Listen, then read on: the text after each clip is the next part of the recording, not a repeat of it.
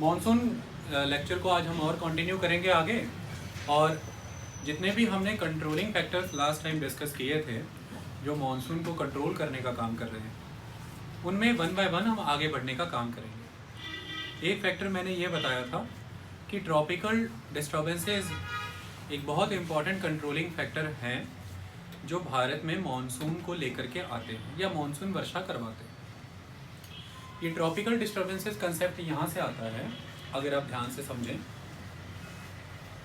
Depressions या disturbances कैसे बनती है, डिप्रेशन किसे कहते हैं, अगर हम ध्यान से समझें। देखिए, दो विंड्स हैं, ये एक दूसरे की तरफ आ रही हैं। इसमें से एक हॉट विंड है और एक कोल्ड विंड है। ये कोल्ड विंड है, ये हॉट विंड है। तो कंसेप्ट ये रहता है ऑलवेज कि जो कोल्ड विंड है वो हैवी है, जिसकी वजह से वो ऑलवेज नीचे रहेगी, और जो वार्म विंड है वो लाइटर है, हल्की है, वो ऊपर उठ जाएगी। तो सपोज कीजिए ये दोनों विंड्स एक दूसरे के क्लोज आई, जिस तरह से ये दो विंड्स एक दूसरे के क्लोज आती हैं, एक कोल्ड विंड है, एक हॉट विंड है। जब ये दोनों विंड एक दूसरे के क्लोज आएंगी तो ये कोल्ड विंड के ऊपर हॉट विंड चढ़ जाएगी और ये फ्रंट बनेगा। इसे कहते हैं फ्रंट, और इसे हम कहते हैं साइक्लोनिक फ्रंट्स। मैंने इसे साइक्लोनिक फ्रंट वर्ड क्यों दिया? दो विंड्स के बीच में टकराव हुआ, किसी दो कंट्रीज़ के बीच में, किसी दो लोगों के बीच में, किसी दो फाइटर्स के बीच में। जब एक दूसरे को कन्फ्रंट किया जाता है तो एक फ्रंट बनता है ना, फ्रंटेशन। इसी तरह से दो नेचर ऑफ विंड्स, एक कोल्ड है और एक हॉट है, के बीच में फ्रंट बना। कोल्ड विंड नीचे रह गई, हॉट विंड ऊपर रेज हुई। लेकिन जब ये हॉट विंड ऊपर रेज होगी और ये जो कोल्ड विंड नीचे रह जाएगी, तो विंड का मूवमेंट इस तरह से नहीं होता है वर्टिकल। विंड का मूवमेंट ऑलवेज कैसे होगा? ये दोनों जब एक दूसरे के सामने आ रही हैं तो ये दोनों एक दूसरे के सामने किसी सर्कुलर मोशन में आ रही है। सर्कुलर मोशन में आ रही है क्योंकि विंड्स हैं, और विंड्स जिस भी किसी डायरेक्शन में नॉर्दर्न हेमिस्फीयर में आए वो अपने राइटवर्ड डिफ्लेक्ट होती है, और जिस भी किसी डायरेक्शन से साउदर्न हेमिस्फीयर में आए वो अपने लेफ्ट साइड पे डिफ्लेक्ट होती है। तो उस डिफ्लेक्शन की वजह से इनका हेड ऑन कोलिजन तो होगा ही नहीं, ऑलवेज सर्कुलर मोशन में आएंगे। तो इस मोशन में जब ये आए तो फ्रंट बना है, तो ये विंड ऊपर चढ़ गई है, हॉट विंड, और कोल्ड विंड कहीं नीचे है, तो इस वजह से सर्कल बन रहा है। तो एक वॉर्टेक्स बन गया, इसको कहते हैं वॉर्टेक्स। वॉर्टेक्स या यू कैन से एक वर्ल बन गया। तो कुल मिला के हम नॉर्दर्न हेमिस्फीयर की बात करते हैं, इसमें दो तरह से कंसेप्ट बनते हैं। साइक्लोन दो तरह से बनते हैं, एक कन्वेक्टिव सेल साइक्लोन्स होते हैं, कन्वेक्टिव सेल साइक्लोन्स,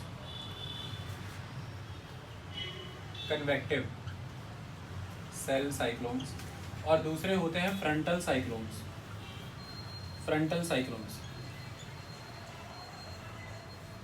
मोस्टली जो मेडिटेरेनियन सी पे साइक्लोन्स बनते हैं, जिन्हें हम वेस्टर्न डिस्टर्बेंसेस कहते हैं, जो आपने कल शाम तक फील की पंजाब में, ये वेस्टर्न डिस्टर्बेंसेस मेडिटेरेनियन सी से जब बन के आते हैं ये फ्रंटल साइक्लोन ही एक तरह से। Hot winds of low latitudes, cold wind of high latitudes के साथ जब टकराते हैं तो साइक्लोन्स बनते हैं वहाँ पे। और फिर जो अपर एयर वेस्टर्लीज फ्लो कर रही हैं ईस्ट से वेस्ट, सॉरी वेस्ट से ईस्ट, उन अपर लेयर वेस्टर्लीज की इन्फ्लुएंस में वो इंडिया तक आ जाते हैं। तो ठीक इसी तरह से एक फ्रंटल साइक्लोन होते हैं, कन्वेक्टिव सेल साइक्लोन। तो कन्वेक्टिव सेल साइक्लोन की पहले बात समझते हैं। जब हमने उस दिन इंटर ट्रॉपिकल कन्वर्जन जोन की बात की थी, उसमें साउथ ईस्ट ट्रेड विंड्स और north east trade winds, south east trade winds और नॉर्थ ईस्ट ट्रेड विंड्स जब दोनों एक दूसरे के कांटेक्ट में आ रही हैं तो ट्रॉपिक्स के बीच में एक कन्वर्जेंस जोन बन रहा है। लेकिन अल्टीमेटली वो विंड्स उस पर्टिकुलर जोन में अल्टीमेटली हीटेड सरफेस के कांटेक्ट में आने के बाद हीटअप होकर के ऊपर उठ रही हैं, क्योंकि दोनों विंड्स का नेचर सेम है। दोनों ही वार्म ट्रॉपिकल रीजन से आ रही हैं, और इस वार्म ट्रॉपिकल रीजन की से आने की वजह से दोनों ही वार्म हैं।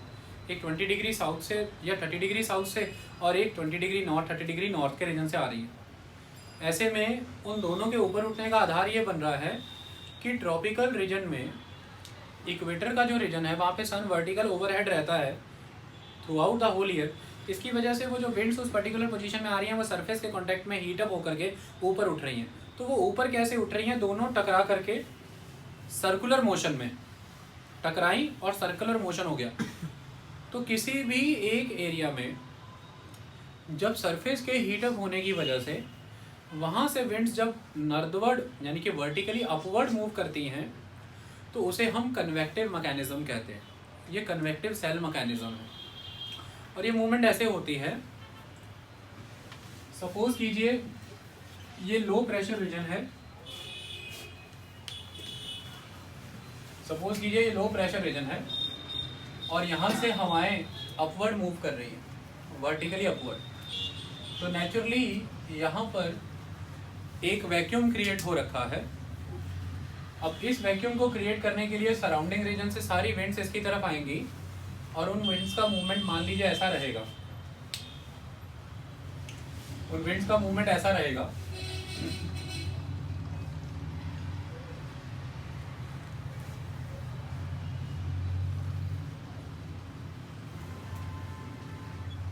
तो सारी की सारी विंड्स इनवर्ड मूव कर रही हैं क्योंकि यहाँ से हवाएं अपवर्ड मूव कर गई हैं और यहाँ पर वैक्यूम क्रिएट हो गया है और उस वैक्यूम को फिल करने के लिए अब जितना भी सराउंडिंग रीजन्स हैं वहाँ से सारी विंड्स उस वैक्यूम की तरफ रश कर रही हैं, उसकी तरफ भाग रही हैं।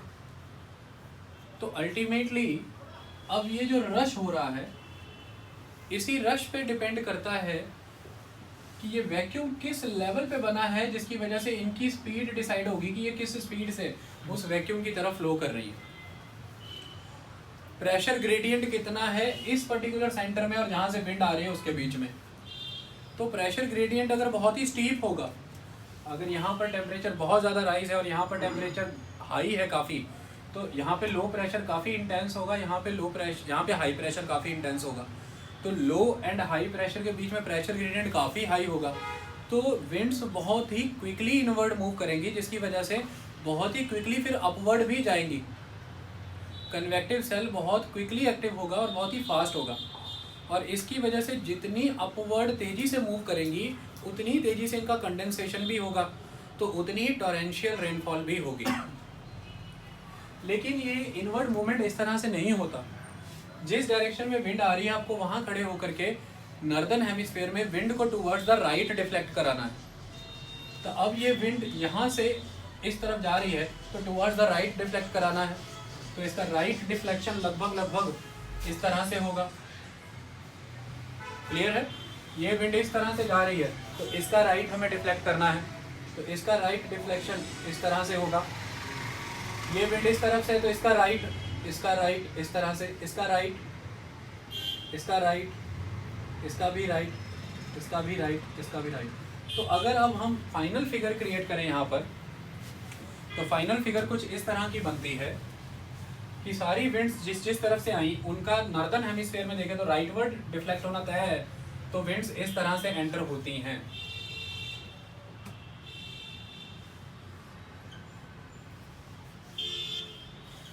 क्लियर है?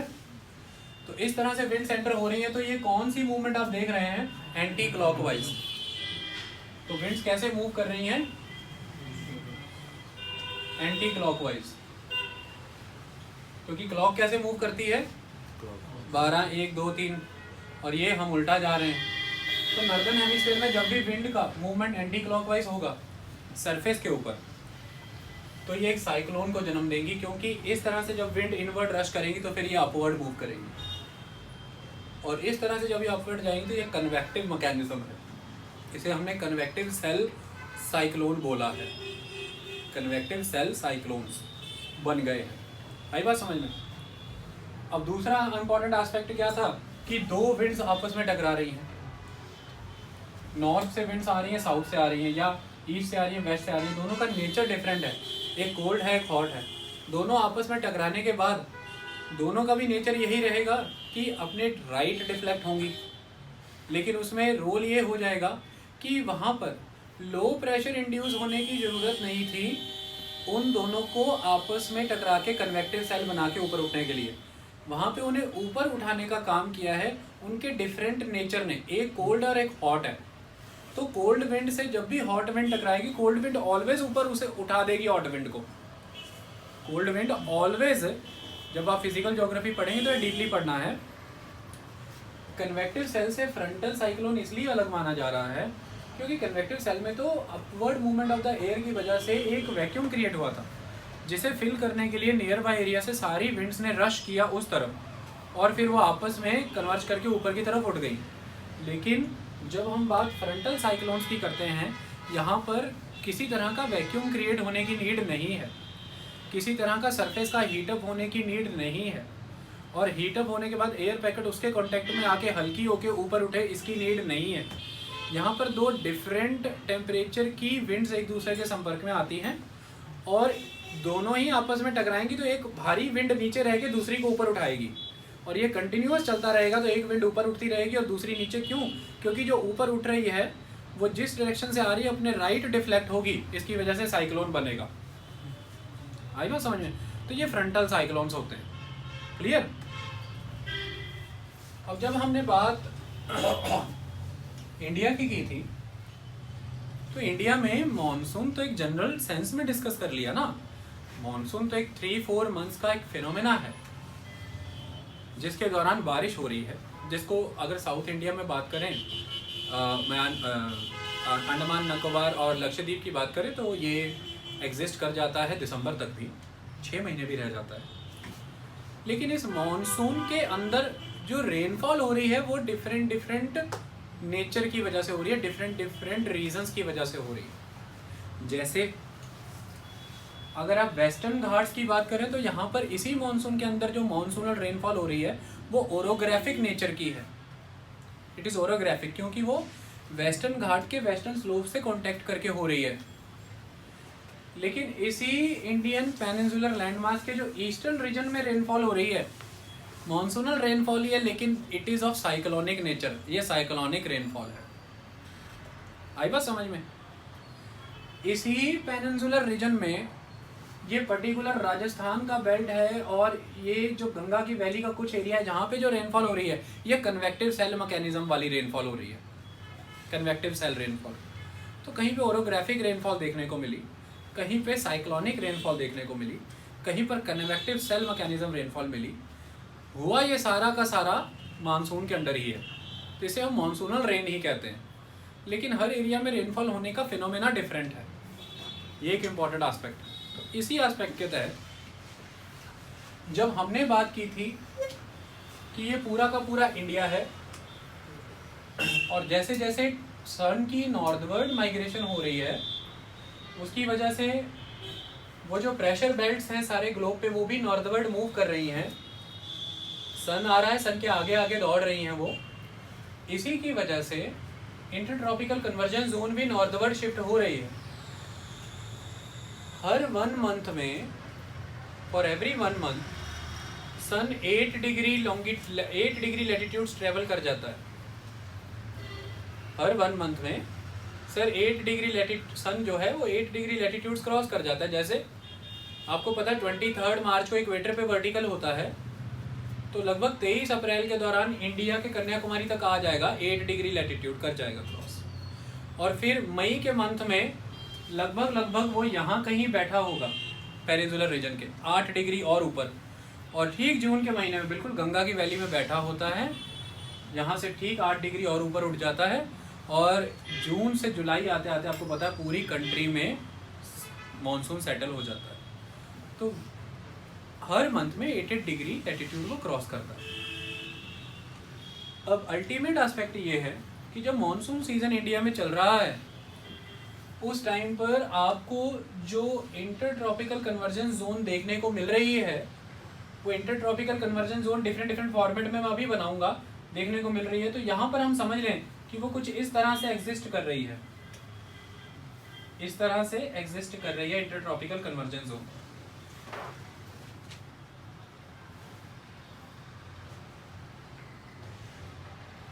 इन the bay of Bengal region, okay. अब ये इंटर ट्रॉपिकल कन्वर्जेंस जोन जब इस रीजन में इस तरह से एग्जिस्ट कर रही है तो होगा क्या, इक्वेटर के ऊपर हवाएं गर्म होकर के ऊपर उठ रही हैं, इसकी वजह से साउथ ईस्ट ट्रेड विंड्स और north east trade wind equator पे ही कन्वर्ज कर रही हैं। लेकिन with the northward movement of the sun intertropical convergence zone northward shift हो गया और साउथ ईस्ट ट्रेड विंड जो कि इक्वेटर के नीचे थी पहले, उन्हें वहां तक ट्रेवल कवर करना है जहां पर लो प्रेशर है, और लो प्रेशर अब एसोसिएटेड है इंटर ट्रॉपिकल कन्वर्जेंस जोन से। तो नेचुरल सी बात है वो इक्वेटर को क्रॉस करके अब इक्वेटर के ऊपर आएंगी इस रीजन को अचीव करने के लिए। और अकॉर्डिंग टू द फेरेल्स लॉ एक कोरियोलिस फोर्स एग्जिस्ट करती है जो winds, birds, aeroplanes, any ballistic missile, any artillery product जो भी पृथ्वी से ऊपर फेंका गया है वो अपने राइट वर्ड नॉर्दर्न हेमिस्फीयर में और अपने लेफ्ट वर्ड साउदर्न हेमिस्फीयर में डिफ्लेक्ट होना ही है। कोई भी चीज़ देख लेना, चाहे एरोप्लेन है, चाहे चिड़िया है, पक्षी है, कोई थ्रो मारा है आपने, कुछ भी वो डिफ्लेक्ट होगा। तो उस लॉ के अकॉर्डिंग अगर देखें तो फेरेल्स लॉ कहता है कि राइट वर्ड डिफ्लेक्ट होना है। तो अब ये इक्वेटर क्रॉस करके साउथ ईस्ट वाली रिफ्लेक्ट टू द राइट, ये साउथ वेस्ट बन गई और साउथ वेस्ट आ रही है इस इंटरट्रॉपिकल कन्वर्जेंस जोन में। लेकिन अभी इस रीजन तक प्रिवेल कर रही है नॉर्थ ईस्ट ट्रेड विंड भी। तो ये south west and north east particular trade winds इस पर्टिकुलर रीजन में आपस में कन्वर्ज हो रही हैं, और इस कन्वर्जेंस की वजह से यहाँ पर साइक्लोन्स बन रहे हैं। क्योंकि रीजन भी ओशियानिक है तो मॉइस्चर भी अबंडेंट मिल रहा है। लेकिन यही particular region north east trade wind का भी है, नॉर्थ ईस्ट ट्रेड विंड का भी इन्फ्लुएंशियल रीजन है। तो साइक्लोन्स जो एक बार बन रहे हैं उनका मूवमेंट क्या रहेगा, ईस्ट से वेस्टवर्ड, क्योंकि साइक्लोन को ईस्ट से वेस्ट कौन लेकर के आएंगे, ट्रेड विंड्स। जैसे वेस्टर्लीज कभी उस मेडिटेरेनियन सी में बने हुए साइक्लोन्स को ईस्टवर्ड लेकर के आई, इसी तरह से ईस्ट से वेस्टवर्ड साइक्लोन को ले जाने का काम करेंगी ये ट्रेड विंड्स। उनके इन्फ्लुएंस में ईस्टवर्ड फ्लो होना शुरू हो जाएंगे, आई बात समझ, सॉरी वेस्टवर्ड फ्लो होना शुरू हो जाएंगे। और इसी वजह से ये आकर के टकराना शुरू हो जाएंगे eastern coast of the India के साथ। और ईस्टर्न कोस्ट ऑफ इंडिया में जब आएंगे तो ईस्टर्न कोस्ट ऑफ इंडिया की एक खासियत है कि यहाँ पर बहुत ज़बरदस्त डेल्टास ऑफ द रिवर्स हैं। ईस्टर्न घाट्स उतने कॉन्टिन्यूस नहीं हैं, they are broken by the broad river valleys. तो कावेरी, कृष्णा, गोदावरी, महानदी के डेल्टा से अंदर प्रवेश करेंगे और इतने बड़े बड़े जिन्होंने प्लेन बना दिए उनकी वैली कितनी ब्रॉड होगी, और उन्हीं वैलीज को फॉलो करते हुए डीप इंडिया में पेनिट्रेट कर जाएंगे और साइक्लोनिक रेनफॉल होती है। इसलिए ईस्टर्न कोस्ट ऑलवेज साइक्लोन से प्रभावित रहता है। और महानदी का तो बाउंड्री फॉर्मेशन, महानदी का डेल्टा रीजन का जो जियोमॉर्फोलॉजिकल टोपोग्राफिकल फॉर्मेशन ऐसा है। और उसके बाद जब यहाँ पर ये एंटर होता है तो आपको पता है ये छत्तीसगढ़ चारों तरफ से या तीनों तरफ से पहाड़ों से घिरा है, सिर्फ यहाँ से ओपन है। तो उड़ीसा के रीजन में जो साइक्लोन डिवास्टेशन कर रहा है ये सुपर साइक्लोन है। तो ऑलवेज आपको उड़ीसा में सुपर साइक्लोन्स मिलते हैं जिसकी स्पीड हरिकेन, जो अमेरिका में आते हैं, अमेरिका के साउथ ईस्ट में आते हैं हरिकेन, उससे भी ज़्यादा स्पीड रहती है। अगर हरिकेन की स्पीड 120-130 किलोमीटर पर आवर रहती है तो सुपर साइक्लोन की स्पीड 200 किलोमीटर और उससे भी एक्सीड कर जाती है। और उड़ीसा के सुपर साइक्लोन बहुत फेमस है डिवास्टेशन करने के लिए। इसको अभी हम डीपली पढ़ेंगे जब मैं वेस्टर्न और ईस्टर्न घाट की जब मैं बे ऑफ बंगाल ब्रांच पढ़ाऊंगा, अरेबियन सी ब्रांच पढ़ाऊंगा तो इसको डीपली करेंगे। अभी के लिए समझा दिया ये फिनोमेना है। तो इंडिया में ट्रॉपिकल डिस्टर्बेंसेस रेनफॉल भी होते हैं, इस तरह से होते हैं। आई बात समझ में? तो एक कंट्रोलिंग फैक्टर ये भी था कि कितने साइक्लोन्स बन रहे हैं बे ऑफ बंगाल में, कितनी ट्रॉपिकल डिस्टर्बेंसेस क्रिएट हो रही हैं बे ऑफ बंगाल में, उस पर डिपेंड करेगा कि कितनी वर्षा आपके ईस्टर्न रीजन में हो रही है। आई बात समझ में? अगला इंपॉर्टेंट कंसेप्ट है डिस्टेंस फ्रॉम द सी। समुद्र से डिस्टेंस कितना है, ये अगला कंट्रोलिंग फैक्टर है, डिस्टेंस फ्रॉम द सी। जब हम इस कंसेप्ट को देखते हैं डिस्टेंस फ्रॉम द सी को, तो इस कंसेप्ट में क्या कहानी आती है?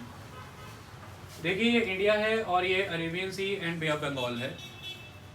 और आप इतनी बात जानते हैं कि जो ओशियानिक रीजन के साथ एडजेसेंट लैंड होता है वहाँ पे throughout the day and throughout the night land and sea breezes का एक इम्पैक्ट रहता है। और लैंड एंड सी ब्रीजेस के इम्पैक्ट की वजह से ना तो दिन के समय में एक्सट्रीम हॉट होगा और ना ही रात के समय में एक्सट्रीम कूल होगा, क्योंकि दिन के समय में ओशियानिक विंड्स ऑनशोर हो जाएंगी और वो समुद्र की तरफ से निकल करके लैंड की तरफ जाएंगी, तो वो गर्म को मॉडरेट कर देंगी जो एक्सट्रीम हॉट हो सकता था, और रात को over the land winds flow कर रही हैं तो कोस्ट जो एक्सट्रीम कूल हो सकता था वो उसे भी थोड़ा वार्म करके मॉडरेट कर देंगे। तो आपको ऑलवेज इक्वेबल क्लाइमेट मिलेगा जिसको हम मॉडरेट क्लाइमेट कहते हैं। तो कोस्टल रीजन पूरे वर्ल्ड में फेवरेबल लोकेशन के तौर पे गिने जाते हैं। तो आप चाइना का कोस्ट ले लेना ईस्टर्न, आप अमेरिका का ईस्टर्न कोस्ट ले लेना, अफ्रीका का नॉर्दर्न कोस्ट ले लेना, इंडिया की मेन सिटीज़ ले लो, बॉम्बे ले लो, पुडुचेरी ले लो, मद्रास तमिलनाडु मद्रास ले लो, और उसके बाद बंगाल ले लो यानी कि कोलकाता। तो कोलकाता, बॉम्बे, मद्रास, जहाँ पर आपको हाई डेंसिटी पॉपुलेशन जिन सिटीज़ में दिखेगा ये ऑलवेज मॉडरेट क्लाइमेट सिटीज़ रहेंगी। वर्ल्ड लेवल पर यही फिनोमेना फॉलो होता है क्योंकि एक्सट्रीम वेदर नहीं अचीव होता। लेकिन जैसे जैसे आप कोस्टल रीजन से इनवर्ड जाते रहेंगे वैसे वैसे ये जो मॉडरेटिंग इफेक्ट है लैंड एंड सी ब्रीजेस का ये रिड्यूस होता रहेगा, और जैसे जैसे आप कोर ऑफ द कंट्री में एंटर हो जाएंगे तो आप कॉन्टिनेंटलिटी को अचीव कर जाएंगे। इसे कॉन्टिनेंटलिटी कहा जाता है। और ऐसे में आप एक्सट्रीम ऑफ द वेदर देखेंगे क्योंकि उसे फिर मॉडरेट करने वाली कोई ब्रीजेस या विंड्स नहीं है। इसमें दिल्ली का क्लाइमेट आप देख लीजिए, एक्सट्रीम ऑफ द समर है and extreme of the winter है। राजस्थान का क्लाइमेट देख लीजिए, extreme of the summer and extreme of the winter. Punjab का क्लाइमेट आप देख लीजिए, extreme summer extreme winter. Summers 48 degree तक जाती हैं और विंटर आदमपुर की बात करें तो -2 डिग्री तक भी जाता है। You can see the diurnal range of temperature 42 -2 तक 50 डिग्री सेल्सियस का diurnal range of temperature, sorry annual range of temperature. Annually अगर हम मैक्सिमम से माइनस निकालें लीस्ट तक, maximum temperature and least temperature, minimum temperature 50 degree का gap आ जाता है। इतना एनुअल रेंज ऑफ टेम्परेचर आपको केवल कॉन्टिनेंटलिटी में ही दिखेगा। लेकिन अगर आप मुंबई की बात करते हैं, चेन्नई की बात करते हैं, कोलकाता की बात करते हैं, तो ये जो साउदर्न सिटीज़ हैं जितनी भी, यहाँ पे आपको डायरनल यानी कि एक दिन के बीच में हाईएस्ट एंड लोएस्ट टेम्परेचर का फ़र्क और annually cold and summer season के बीच के टेम्परेचर का डिफरेंस कोई ज़्यादा नहीं मिलेगा, क्योंकि सारा साल लगभग एक जैसा तापमान रहता है।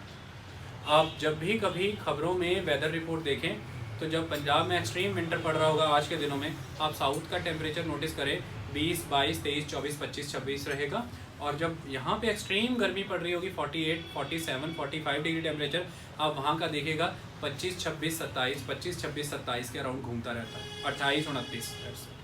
है बात समझ में? तो ये कॉन्टिनेंट और ओशियन का रिलेशन होता है, डिस्टेंस फ्रॉम द सी होता है, ये एक इम्पॉर्टेंट एस्पेक्ट है।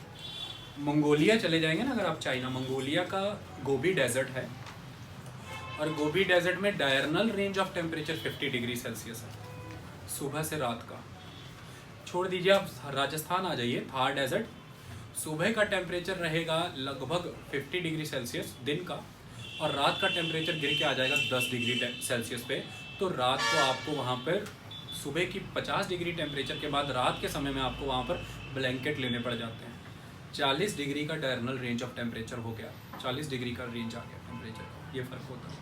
ठीक है, क्योंकि जो सैंड होती है वो कूल भी बहुत फास्ट होती है और हॉट भी बहुत फास्ट होती है, समझ आई? उसमें मॉइस्चर रहता नहीं है जो हीट को ट्रैप नहीं कर पाता है, ये उसकी खासियत है। तो ये सारे कंट्रोलिंग फैक्टर थे जो हमने 1 बाय 1 डिस्कस किए मॉनसून के। अब आपको 2 थ्योरीज कराने का समय है जो करानी बहुत ज़रूरी है। पहली थ्योरी का नाम है thermal theory of the monsoon. तो पहली थ्योरी को कहते हैं thermal origin theory of the monsoon, thermal origin theory of the monsoon. और सेकेंड थ्योरी का नाम है dynamic origin theory of the monsoon. क्या कहती है ये दोनों थ्योरीज? 1 बाय 1 हम इसे समझने का प्रयास कर रहे हैं। ओरिजिन थ्योरी ऑफ मॉनसून किसकी है? 1686 के दौरान एक पर्सन है हेले के द्वारा ये कंसेप्ट दिया गया है। 1686 पहले, और इसने रूल किया है पूरे विश्व को लगभग 200 सालों तक, लेकिन उसके बाद ये उतनी कारगर नहीं रह पाई। ये क्या बताती हैं? ये differential heating of land and water के कंसेप्ट को यूज़ करती हैं। इस थ्योरी का कहना ये है कि ये जो पर्टिकुलर रीजन है इंडिया का, इस रीजन में ये जितना भी पाकिस्तान के रीजन में ये मुल्तान का एरिया है, ये बहुत एक्सटेंसिवली हीटअप हो जाता है। इसके बाद ये जो इंडिया के बियॉन्ड, हिमालय के बियॉन्ड, ये तिब्बतन रीजन और ये Central Asian Iranian region, Central Asian region, और उसके बाद अफ़गानिस्तान के बगल में और अफ़गानिस्तान का रीजन, ये भी बहुत इंटेंस लो प्रेशर जोन बना लेता है समर सीजन में। इस रीजन में इतना इंटेंस लो प्रेशर जोन बनने की वजह से जितना भी ये अरेबियन सी और बे ऑफ बंगाल रीजन है, यहाँ से सभी की सभी विंड लैंडवर्ड मूव करना शुरू कर देती हैं। क्यों? क्योंकि जब सन का नॉर्थवर्ड माइग्रेशन हो रहा है तो लैंड कंपैरेटिवली वाटर से ज़्यादा हॉट होगा, और इसकी वजह से वहाँ से जो विंड्स हैं वो अपवर्ड वर्टिकल मूव कर जाएंगी गर्म सरफेस से टकराने के बाद, और जो वाटर है वहाँ पर अभी भी विंड सरफेस पे ही है, अपवर्ड मूव नहीं हुई हैं, तो वो इमीडिएटली रश करेंगी उस वैक्यूम रीजन को फिल करने के लिए। इसकी वजह से साउथ वेस्ट मानसून क्रिएट हो जाता है और विंड की मूवमेंट साउथ वेस्ट से नॉर्थ ईस्ट की तरफ रहती है। ये इस थर्मल कंसेप्ट के बेसिस पे मानसून को समझा रहे हैं। लेकिन इन पे कई ऑब्जेक्शंस रेज किए गए, और वो ऑब्जेक्शन रेज कुछ इस तरह से हुए हैं कि सबसे पहला एस्पेक्ट तो ये आ जाता है कि जो लो प्रेशर्स क्रिएट होते हैं उसका मतलब ये है कि वो लो प्रेशर ऑलवेज वहीं पे ही कंसंट्रेट करने चाहिए, लेकिन मॉनसूनल लो प्रेशर रीजन्स बहुत ही तेज़ी से, बहुत फ्रीक्वेंटली एक जगह से दूसरी जगह मूव कर रहे हैं, ऊपर नीचे मूव कर रहे हैं, लेफ़्ट राइट ऊपर नीचे मूव कर रहे हैं। तो कहने का मतलब कि थर्मल थ्योरी तो इसको एक्सप्लेन नहीं करती है कि उनका ऊपर नीचे मूवमेंट इतना फास्ट कैसे हो रहा है। दूसरा, ये ऑब्जेक्शन रेज किया है कि केवल बे ऑफ बंगाल और अरेबियन सी से आने वाली विंड्स में इतनी ताकत नहीं हो सकती कि वो 4 to 5 मंथ्स तक इतना रेनफॉल करा दें। They are not as much powerful कि वो इतना रेनफॉल बेयरिंग क्लाउड्स लेकर के आएँ, क्योंकि डिस्टेंस ही बहुत कम तय हो रहा है इस मेथड के अकॉर्डिंग। तो उनकी मॉइस्चर लेडिंग कैपेसिटी पे डाउट है, उनकी इंटेंसिटी पे डाउट है। और तीसरा एस्पेक्ट ये बताया गया है कि जिस तरह से बर्स्ट होता है माउंटेन का, जो बर्स्ट बताया गया है वो बर्स्ट बहुत ही ग्रेजुअल होना चाहिए अगर आपकी थ्योरी को माना जाए। लेकिन जो मानसून बर्स्ट करता है केरला में आकर के अन्नाई मुडाई की पहाड़ियों से टकराता है, वो बर्स्ट बताता है कि मल्टीपल फैक्टर ने काम किया है और एकदम से थ्रस्ट हुआ है मानसून का, जैसे किसी ने लॉन्च किया हो मानसून को। और वो इस gradual heating of the land and the sea theory से एक्सप्लेन नहीं होता, क्योंकि इसके अकॉर्डिंग तो रेनफॉल ग्रेजुअली आना चाहिए, एब्रप्टली नहीं आना चाहिए। लेकिन मानसून के आने की भारत में पक्की डेट्स हैं। वो 1 जून को केरला में टकराता है, 10 जून को मूव कर जाता है बॉम्बे की तरफ, और इसी 1 जून को केरला से टकरा करके एक ब्रांच जो बे ऑफ बंगाल की तरफ जा रही है, ये 8 जून तक रीच कर जाती है बंगाल के रीजन में। तो इस तरह से ग्रेजुअल नॉर्थ से साउथ से नॉर्थवर्ड जो मूव हो रहा है मानसून का, ये बता रहा है कि उसका एक पर्टिकुलर टाइम थ्रस्ट हुआ है। It is not a gradual aspect. Yes, this aspect of heating of land and ocean is there, but it is not the sole criteria to create the monsoon. तो इन सारी बातों पे जब चर्चा हुई तो एक पर्सन है फ्लोन ने थ्योरी दी है डायनामिक ओरिजिन की, और फ्लोन बताना चाहता है कि डायनामिकली मैं कैसे एक्सप्लेन कर रहा हूँ कि ये मानसून यहाँ पर आता है। अब मैं डायनामिक थ्योरी को एक्सप्लेन करने का काम करूँगा, और उसके लिए मुझे सारी चीज़ें यहाँ से रब करनी होंगी जो हो सकती, जो नहीं हो सकती हैं उनको बना रहने देंगे। ज्ञान के प्रतिबिंब हैं, बने रहें तो कोई बुरी बात नहीं है। अच्छे चिन्हों का बना रहना भी आवश्यक है।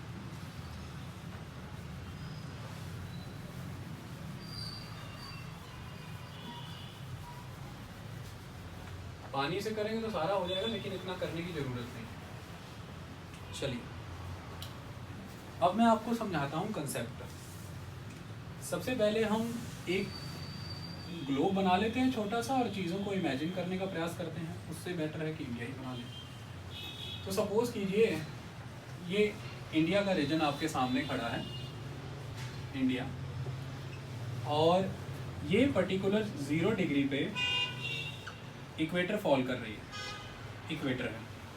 अब जब सन मार्च के मंथ में इक्वेटर पर वर्टिकल है तो उसी मंथ में जो इंटर ट्रॉपिकल कन्वर्जेंस जोन है वो इंटर ट्रॉपिकल कन्वर्जेंस जोन भी कुछ इस तरह से इक्वेटर के एग्जैक्टली पैरेलल ही चल रही है, जहाँ पर नॉर्थ ईस्ट से और साउथ ईस्ट से आकर के विंड्स मीट कर रही हैं और ट्रॉपिक्स यानी कि Tropic of Cancer, Tropic of Capricorn के बीच में ये जो इंटर ट्रॉपिकल कन्वर्जेंस जोन बना है, ये कन्वर्जेंस जोन ITCZ, इसके बीच में ये मिलने के बाद अपवर्ड मूवमेंट कर रही हैं, एंटी क्लॉकवाइज डायरेक्शन में अपवर्ड मूव कर जा रही हैं, और ऊपर जाने के बाद जो भी चीज़ ऊपर उठी है फिर जब ऐसे मूव कर रही हैं तो इसका ऐसे मूव करते हुए कोई भी चीज़ उठ रही है तो इसका एक रीजन ऐसे बाहर निकल जाएगा ऊपर जाने के बाद, और एक रीजन ऐसे नीचे निकल जाएगा। तो एक 30 डिग्री साउथ पे आके फॉल करेगा और एक 30 डिग्री नॉर्थ पे जाके फॉल करेगा। एक नेचुरल सी बात है, जो भी चीज़ सरफेस पे कन्वर्जेंस कर रही है अपर एयर में जाके डाइवर्जेंस हो जाएगा ना। यहाँ से ऐसे उठी है तो ऊपर जाके बिखर जाएगी ना, बाहर निकल जाएगी।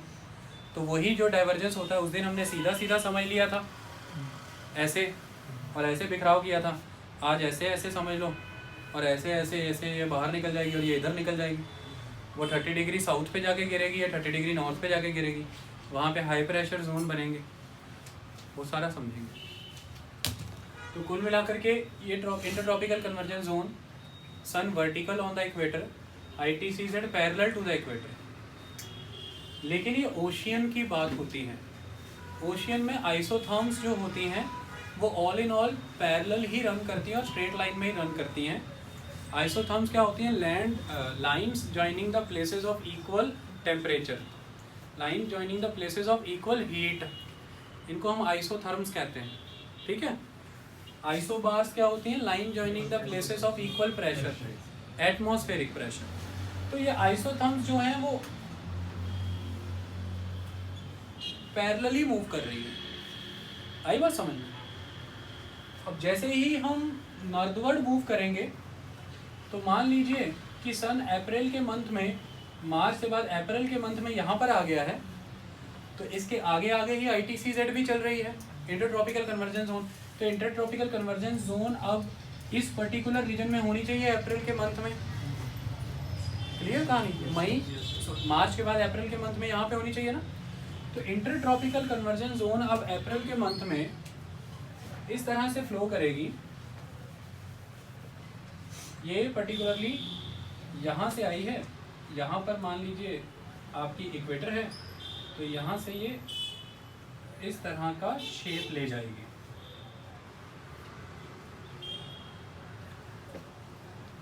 इस तरह का शेप ले जाएगी।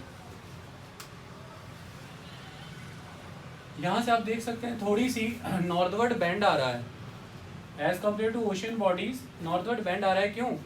It is the temperature difference between the sea and the land.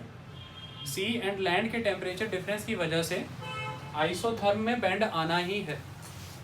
आया बात समझ में? क्योंकि लैंड एंड सी का टेम्परेचर तो मैच नहीं करता है। थर्मल एनोमली का कंसेप्ट यहाँ पर क्रिएट हो रहा है। थर्मल एनोमली, थर्मल एनोमलीज क्या होती हैं कि जिस भी किसी लैटिट्यूड पे आप हैं, उस लैटिट्यूड पे जो टेम्परेचर होना बनता है, या तो टेम्परेचर उससे ज़्यादा बन रहा है या टेम्परेचर उससे कम बन रहा है। वो किसी ना किसी चीज़ का वहाँ पे इम्पैक्ट हो गया है इसकी वजह से। जैसे अगर हम बात करें तो हमने पढ़ा था कि जो ब्रिटेन है वहाँ पर टेम्परेचर जो है अपने लैटिट्यूड के कंपैरेटिवली हायर होता है। तो वो किसकी वजह से? क्योंकि गल्फ स्ट्रीम का इम्पैक्ट था उस पर। तो वहाँ पर भी थर्मल एनोमली की सिचुएशन क्रिएट हुई है, एक एनोमेलस बिहेवियर हुआ, विपरीत असर होना। इसी तरह से जब आप लैंड एंड ओशियंस को आप देखेंगे तो नॉर्थवर्ड मूवमेंट जब सन का हुआ है उसका लैंड पे बहुत इंटेंस हीटिंग हुई है, लैंड पे इम्पैक्ट बहुत ज़्यादा हो रहा है एज़ कम्पेयर टू ओशियन। अभी उतने गर्म नहीं हुए हैं। तो isotherms land wise northward bend होने शुरू हो जाएंगे। क्लियर कहानी? तो अब अल्टीमेट एस्पेक्ट ये है कि वो साउथ ईस्ट ट्रेड विंड्स को इक्वेटर क्रॉस करके अब यहाँ तक आना है, और वो यहाँ तक आ रही हैं, और जो नॉर्थ ईस्ट ट्रेड विंड्स आ रही थी वो यहाँ तक आ रही हैं, यहाँ पर आकर के मैच कर रही हैं। क्लियर है कहानी? तो मतलब कहीं ना कहीं अब इस पर्टिकुलर रीजन में एक कन्वर्जेंस जोन बन चुका है अप्रैल के मंथ में। आई बात समझ में? अब जैसे जैसे हम ऊपर बढ़ेंगे, सन का माइग्रेशन फिर से 1 मंथ हम क्रॉस कर लेंगे, और मान लीजिए अप्रैल की जगह मई का मंथ आ गया है, 8 डिग्री लैटिट्यूड हम क्रॉस कर देते हैं, तो 16.5 डिग्री लैटिट्यूड के अराउंड सन कहीं घूम रहा है, और सपोज कीजिए कि सन यहाँ पर है कहीं, ये सन का पोजीशन है। क्लियर कहानी?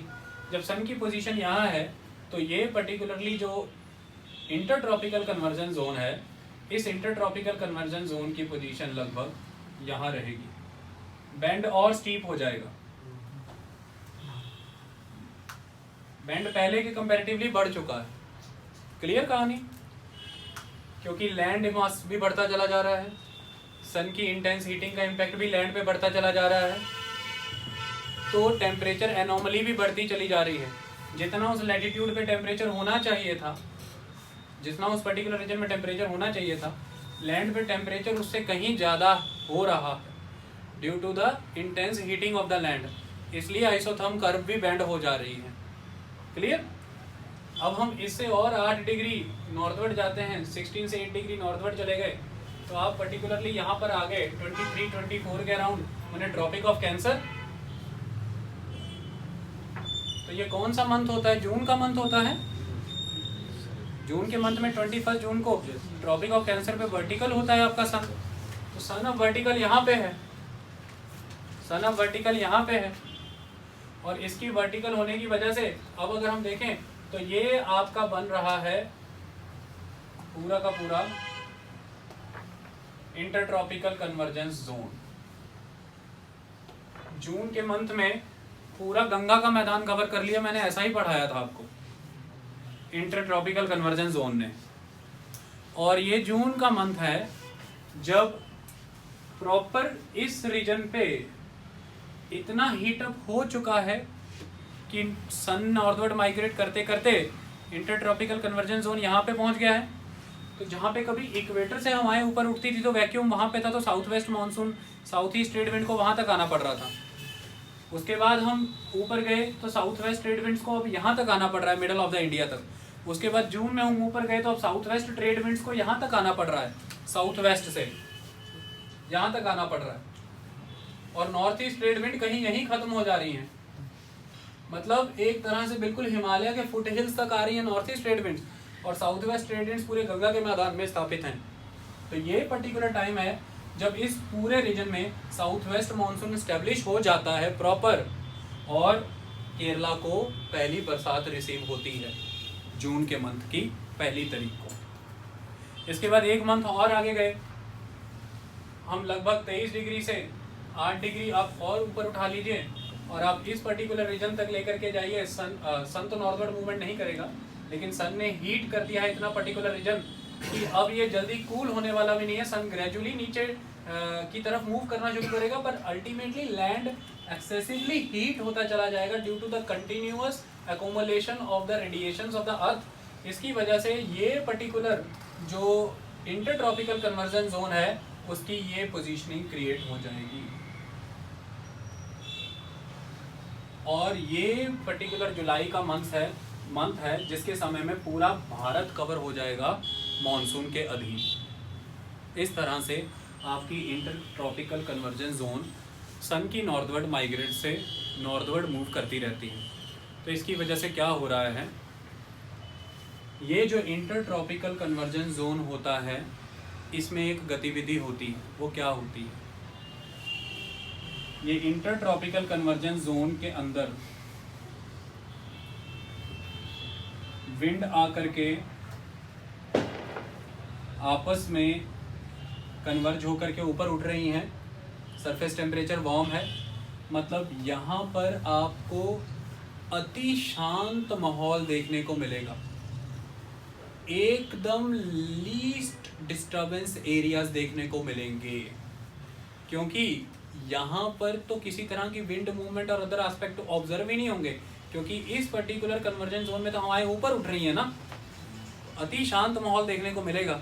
इसलिए इसको हम कहते हैं बेल्ट ऑफ डोल्ड्रम। डोल्ड्रम का माहौल बना है। विंड एकदम फीबल मानी जाती है, किसी तरह की विंड मूवमेंट्स आपको हॉरिजॉन्टल देखने को नहीं मिलती हैं, तो ये डोल्ड्रम बेल्ट्स हैं। शिप फंस जाते हैं इस बेल्ट में, आगे बढ़ना भी मुश्किल होने लग जाता है, ये डोल्ड्रम बेल्ट की नेचर होती है। आई बात समझ में?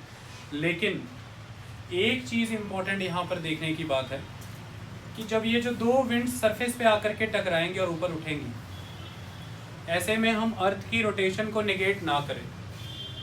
अर्थ वेस्ट से ईस्ट रोटेट कर रही है और इस रोटेशन के दौरान ट्रॉपिकल जोन में कन्वर्जेंस हो रहा है ITCZ में। इसकी वजह से कुछ विंड्स ऐसी रह जाती हैं सरफेस लेवल पर जो अपवर्ड मूव नहीं करती हैं, लेकिन due to the impact of the rotation of the earth, tennis की बॉल लेना, कॉस्को की बॉल, उसे पानी में भिगा लेना और उसे किसी ज़मीन पे रख के रोटेट करना वेस्ट टू ईस्ट, वो अपने छींटे इस तरह से डालती जाएगी। तो मतलब छींटे इस तरह से डालने का मतलब वेस्ट से ईस्ट। तो इसी तरह से ये रोटेट करती हुई अर्थ पे इंटरट्रॉपिकल कन्वर्जन जोन में दो डायरेक्शन से आने वाली विंड्स टकरा रही हैं, उनमें से majority of the winds upward move कर जा रही हैं, लेकिन जो उस रीजन में बच जा रही हैं टकराने की वजह से, उनको due to the rotation of the earth west से ईस्ट मोशन करने का मौका मिल रहा है। इन्हें कहते हैं इक्वेटोरियल वेस्टर्लीज। इक्वेटोरियल वेस्टर्लीज, ये इक्वेटोरियल वेस्टर्लीज डोल्ड्रम की बेल्ट में आती हैं, ये यहाँ पे होती है ऐसे वेस्ट से ईस्ट मूव करने वाली। They are surface equatorial westerlies. ये तिब्बतियन ईस्टर्लीज से अलग है, वो अपर सरफेस है। ये सब ट्रॉपिकल वेस्टर्लीज से अलग है, वो भी अपर सरफेस है। ये सरफेस पे बन रही हैं और ट्रेड विंड्स के टकराने से बन रही हैं in the zone of the doldrum. और फ्लोन ये कहता है कि ये इक्वेटोरियल वेस्टर्लीज जो कन्फाइंड हैं under the intertropical conversion zone, तो इंटरट्रॉपिकल कन्वर्जन जोन भारत में जहां जहां पर भी सेटल हो रहा है उस जोन के अंदर ये इक्वेटोरियल वेस्टर्लीज बह रही हैं, और यही इक्वेटोरियल वेस्टर्लीज मानसून है। यही इक्वेटोरियल वेस्टर्लीज मानसून है, उसका ये मानना है। आई बात समझ में? इसीलिए वो शिफ्टिंग को एक्सप्लेन कर पाया, इसीलिए वो ये बता पाया कि कभी इक्वेटोरियल वेस्टर्लीज गंगा के मैदान में बह रही थी, और फिर जैसे जैसे सन का साउथवर्ड माइग्रेशन होना शुरू हुआ, इंटरट्रॉपिकल कन्वर्जन जोन साउथवर्ड आना शुरू हो गया, उसके साथ साथ वो जो डोल्ड्रम बेल्ट में इक्वेटोरियल वेस्टर्लीज हैं वो भी साउथवर्ड आती चली गई। मॉनसून आया भी एक प्रॉपर ग्रेजुअल प्रोसेस से, और मॉनसून रिट्रीट भी हुआ, जैसे कोई लेके आया था दूल्हे की बारात में और कोई लेके वापस चला गया। ये एक इम्पॉर्टेंट तरीका जो इसी बेसिस पे सिर्फ और सिर्फ gradual move up forward and gradual backward movement explain होती है। Simple differential heating of land and water से ये gradual forward and gradual backward movement appear नहीं होती है कि कैसे मॉनसून ग्रेजुअली केरला के बाद कर्नाटका, महाराष्ट्र, गुजरात, राजस्थान, हरियाणा, दिल्ली, हरियाणा, पंजाब, जम्मू कश्मीर, फिर वापसी जम्मू कश्मीर, पंजाब, हरियाणा, पंजाब, हरियाणा, दिल्ली, फिर वापस। वैसे जैसे अंडमान निकोबार की टिप को टच करके नॉर्थवर्ड गया, वैसे ही नॉर्थ से साउथ आया। ये सिर्फ तब हो सकता है अगर एक कंसोलिडेटेड वे में कोई पर्टिकुलर बेल्ट में मॉनसून कन्फाइन होके ही ऊपर को जा रहा है और वहीं से नीचे को आ रहा है। आई बात समझ में? तो इस बेसिस पर इस इक्वेटोरियल वेस्टर्ली को उसने मॉनसून का नाम दिया है। अब इस इंटरट्रॉपिकल कन्वर्जन जोन को आप सोच रहे होंगे ऐसा पतला सा जोन, ये इतना पतला सा जोन और उसमें एक हवा बह रही है, it is very extensive zone. Equatorial westerly zone is very extensive zone. ये दोनों की थ्योरी समझ ली? दोनों ही एक दूसरे के पूरक हैं और दोनों ही अधूरे भी हैं। चलिए अब मॉनसून को पूरा करते हैं। मॉनसून सभी कारणों से बनता है। पहला स्टेप कि differential heating of land and mass होना बहुत जरूरी था, अदरवाइज ओशियन से लैंड की तरफ विंड्स मूव करना बहुत ही डिफिकल्ट हो जाता। तो landward movement of the oceanic wind और सी विंड इस वजह से ही हो पाया क्योंकि हीट इंड्यूस्ड कन्वेक्टिव सेल्स वहां पर बने हैं, हीट इंड्यूस्ड लो सेंटर्स वहां पर बने हैं। लेकिन इसी नॉर्थवर्ड मूवमेंट ऑफ द सन की वजह से जहाँ पे लैंड हीट हुआ है, वो लैंड केवल वहाँ पे अपने लिए वैक्यूम क्रिएट करके, कन्वेक्टिव सेल क्रिएट करके वैक्यूम ही नहीं बना रहा है, वो इसी हीटिंग ऑफ द लैंड की वजह से ITCZ भी नॉर्थवर्ड मूव कर रही है। और इस ITCZ के नॉर्थवर्ड मूव करने की वजह से एक पर्टिकुलर टाइम में, एक पर्टिकुलर स्पेस पे परमानेंट विंड पैटर्न एस्टेब्लिश हो रहा है, दैट इज इक्वेटोरियल वेस्टर्ली। तो दो चीज़ें साइमल्टेनियसली रोल प्ले कर रही हैं। ये जो थर्मल इंड्यूस्ड कन्वेक्टिव लो सेल्स हैं, इन्होंने भी अरेबियन सी से विंड्स को खींचने का काम किया, और ये जो इंटरट्रॉपिकल कन्वर्जन जोन यहाँ पर जाकर के गंगा के मैदान में सेट हुआ, इसने भी साउथ ईस्ट ट्रेड विंड्स को इक्वेटर क्रॉस करके साउथ वेस्ट बन के यहाँ तक आने पे मजबूर किया। मतलब फ्लोन की डेफिनेशन के अकॉर्डिंग ये बात सिद्ध हो गई कि साउथ वेस्ट मानसून्स कहीं पैसिफिक और इंडियन ओशन के बिल्कुल साउथ रीजन से पूरा का पूरा जर्नी ट्रैवर्स करके सारा मॉइस्चर अपने साथ लेकर के इक्वेटर को एक पर्टिकुलर पॉइंट से क्रॉस करते हैं, और क्रॉस करने के बाद फाइनली इंडिया में गंगा के मैदान पे एंटर होते हैं साउथ वेस्ट बन के। तो जर्नी लॉन्ग हो गई, high moisture laden content clear हो गया, intensity of the moisture clear हो गया, और ये जो differential heating of land and ocean वाले थ्योरी को एकदम से थ्रस्ट की तरह मॉनसून आते हैं उसको जस्टिफाई कर दिया ITCZ की डिफरेंट पोजीशंस में कि ये इस्टेब्लिश होती हैं। इसलिए साउथ वेस्ट से नॉर्थ ईस्ट की तरफ मॉनसून विंड मूव तो करेगी, लेकिन उसे परमानेंटली खींचने का काम करते रहेंगे 4-6 महीने तक ITCZ खींचते ही रहेंगे। और ये साउथ वेस्ट से विंड्स तो आएंगी ही आएंगी, लेकिन इनको परमानेंट आस्पेक्ट में प्रॉपर विंड की फॉर्म में 3-4-5 महीने तक कंसंट्रेट करने का काम इक्वेटोरियल वेस्टर्ली की फॉर्म में हो रहा है, क्योंकि ये तो ख़त्म ही नहीं होंगी, ये वहीं रहती हैं जहाँ ITCZ रहती है। तो दोनों ही थ्योरी एक दूसरे के साथ कनेक्टेड हैं, दोनों ही मॉनसून को जस्टिफाई करने के लिए ज़रूरी है। इसमें तिब्बतन हाईलैंड का भी रोल बहुत इंपॉर्टेंट था, जो मैंने आपको बता दिया था। इसमें एल नीनो का भी रोल बहुत इंपॉर्टेंट था, जो साउथ ईस्ट के ट्रेड विंड के वीक और स्ट्रॉन्ग होने में रिस्पॉन्सिबल था। इसमें प्रॉक्सिमिटी टू द ओशियन भी डिपेंड कर जाती है, क्योंकि गंगा के मैदान के इस रीजन तक आते आते आपने काफ़ी डिस्टेंस तय कर लिया और आपका मॉइस्चर भी लूज़ हो गया है, तो कई बारी कन्वर्जेंस और कन्वेक्टिव सेल बनने के बावजूद भी बरसात नहीं होती, सिर्फ आंधी, सिर्फ तूफान, हवा चल करके बादल ख़त्म हो जाते हैं। तो ये सारे ही कंसेप्ट, आल्टीट्यूड का रोल था, लैटिट्यूड का रोल था, रिलीफ फीचर्स का रोल था, सारे ही रोल बहुत इंपॉर्टेंट बोले गए। इन सारे रोल्स में एक इम्पॉर्टेंट रोल जो वेस्टर्ली का था, जो मैंने उस दिन आपको समझाया, वो रोल प्रॉपर वे में समझाने के लिए अब मैं आपको सरकमपोलर व्हर्ल की थ्योरी एक्सप्लेन करता हूँ, जिसके बाद mechanism of the monsoon clear है। हम एग्जीक्यूशन ऑफ द मॉनसून करेंगे कि वो किस डेट में कहाँ पे आता है, कौन कौन सी रेन्स एंड शावर भारत में होते हैं और कैसे वो प्रोसीड करता है। मैकेनिज्म कंप्लीट हो जाएगा। ओके, अब हम आपके सामने लास्ट मैकेनिज्म को पूरा एक्सप्लेन कर दें, जिसको हम कहते हैं वेस्टर्ली इम्पैक्ट। और ये वेस्टर्ली इम्पैक्ट को समझना बहुत इम्पोर्टेंट है। वेस्टर्लीज कैसे बनती हैं और क्यों समर सीजन आने में ये हिमालय के साउदर्न रीजन से ख़त्म होकर हिमालय के नॉर्थ चली जाती हैं, क्यों विंटर सीजन में ये बहुत स्ट्रांग होती हैं, इनकी स्पीड बहुत होती है, वेलोसिटी बहुत होती है, समर में ये वीक पड़ जाती हैं। इसको समझने के लिए कंसेप्ट समझना पड़ेगा, वेस्टर्ली का ओरिजिन एक्सप्लेन होना चाहिए। देखिए, आप सब जानते हैं ये इक्वेटर रीजन है, ये इक्वेटर है। मैंने आपको बताया था कि साउथ ईस्ट ट्रेड विंड्स आ रही हैं और नॉर्थ ईस्ट ट्रेड विंड्स आ रही हैं, दोनों इस इक्वेटर पे कन्वर्ज कर रही हैं और ITCZ बन रहा है। जूम हो गया है ना। नॉर्थ ईस्ट ट्रेड विंड्स यहाँ पर मिल रही हैं। ओके, मिलने के बाद यहाँ पर कन्वर्ज हो करके आपको मैंने समझाया है कि किस तरह से एंटी क्लॉकवाइज डायरेक्शन में ऊपर की तरफ जा रही हैं। अब ऊपर जाने के बाद डाइवर्ट भी कर जाएंगी, और डाइवर्ट करने के बाद दो अपोजिट डायरेक्शन में डाइवर्ट करने के बाद ये जा करके गिरने का काम कर रही है 30 degree south and 30 degree north पे। अब 30 डिग्री साउथ पे एक ब्रांच जाके गिरी और 30 डिग्री नॉर्थ पे एक ब्रांच जाके गिरी। ये तो उन हवाओं के साथ हुआ जो इक्वेटर से उठी थी, लेकिन हमने ये भी पढ़ा है कि ठीक इसी तरह से हवाएं 60 डिग्री नाम के एक लैटिट्यूड से भी ऊपर उठती हैं।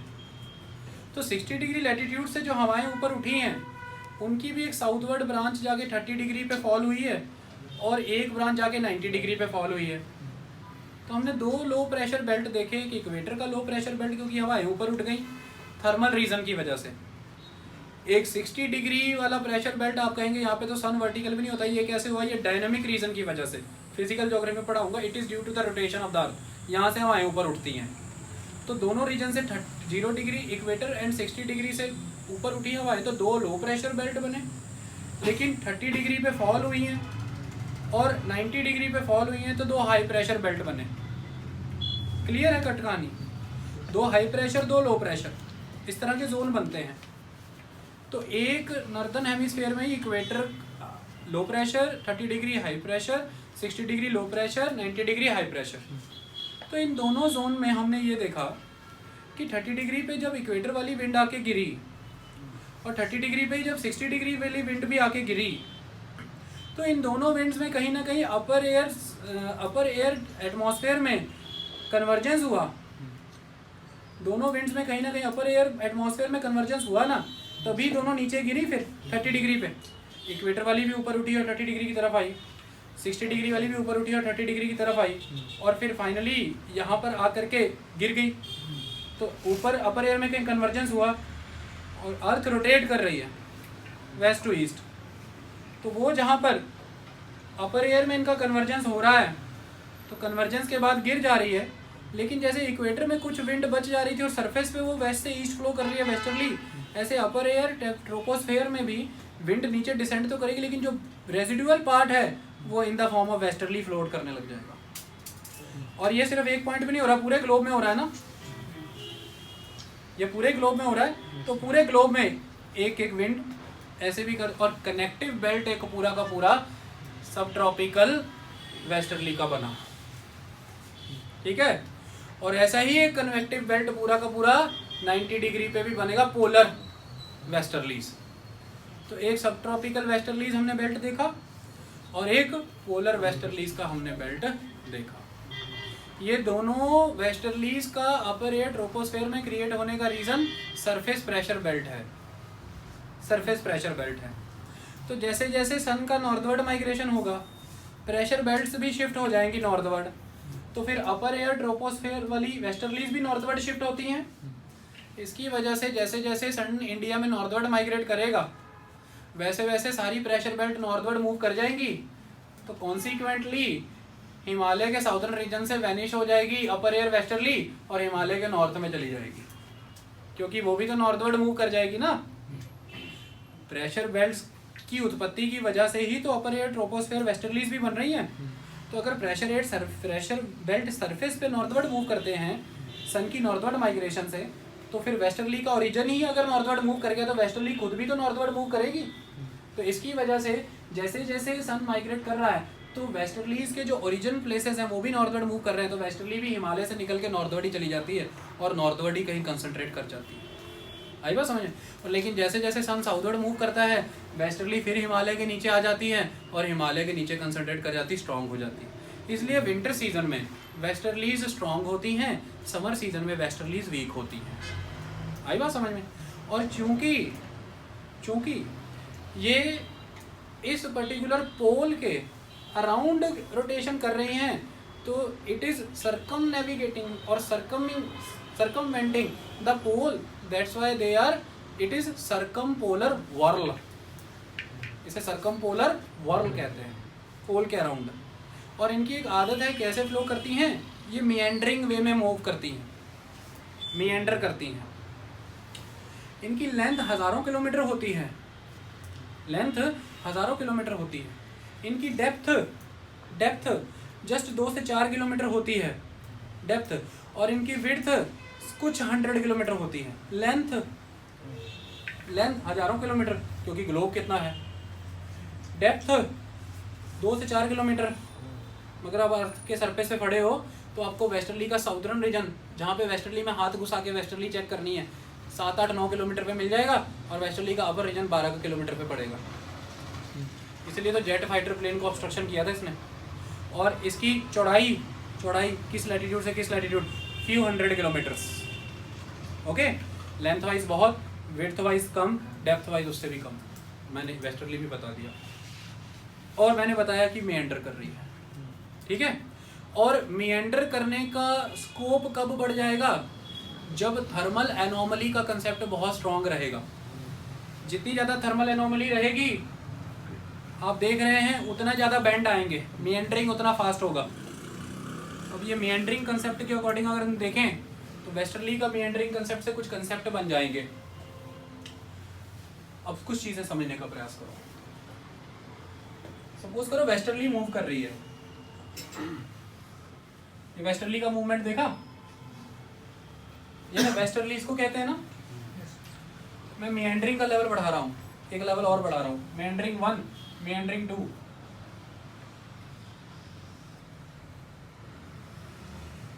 मिएंडरिंग बढ़ गया, मैं मिएंडरिंग का लेवल और बढ़ा रहा हूँ।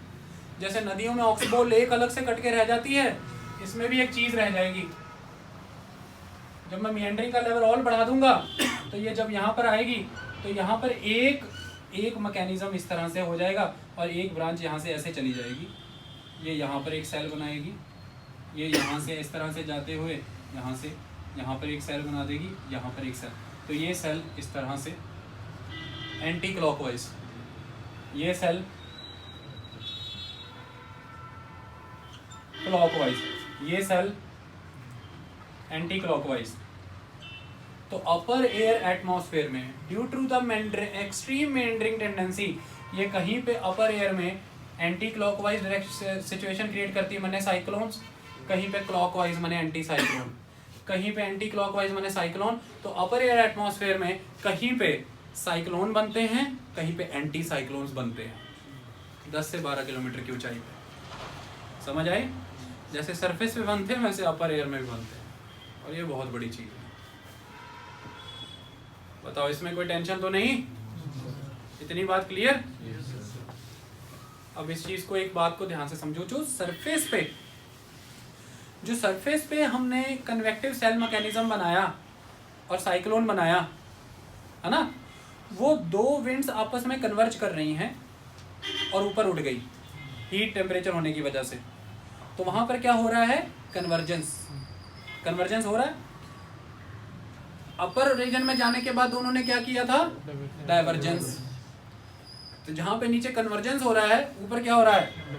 डाइवर्जेंस। लेकिन ये मैकेनिज्म अलग था, ये नीचे से ऊपर तक आ रहा था, और इसको हमने कन्वेक्टिव सेल क्यों कहा है? Because it is connected.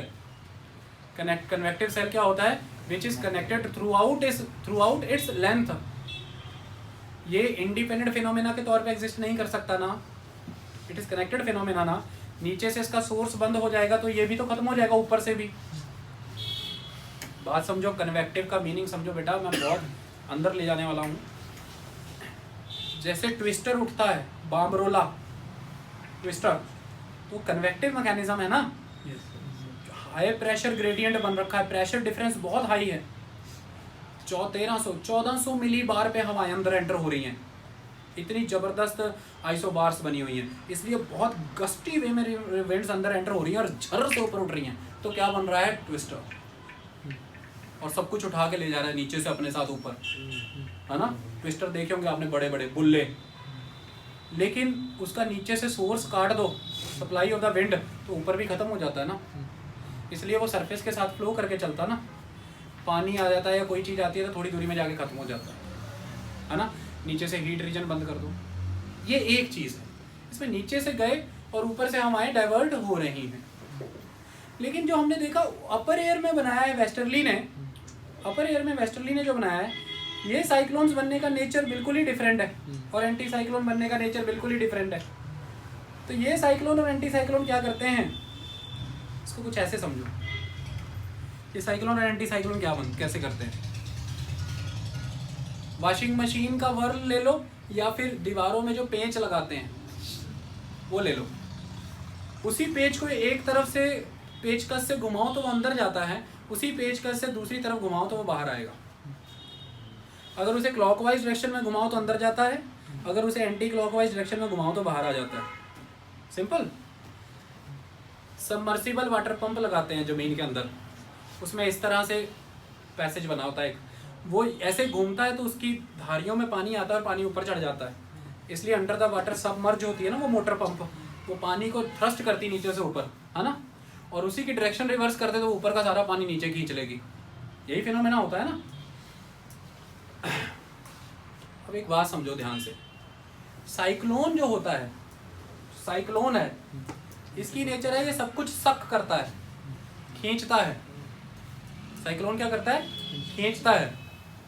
तो इसमें क्या होता है? Ascent of the air.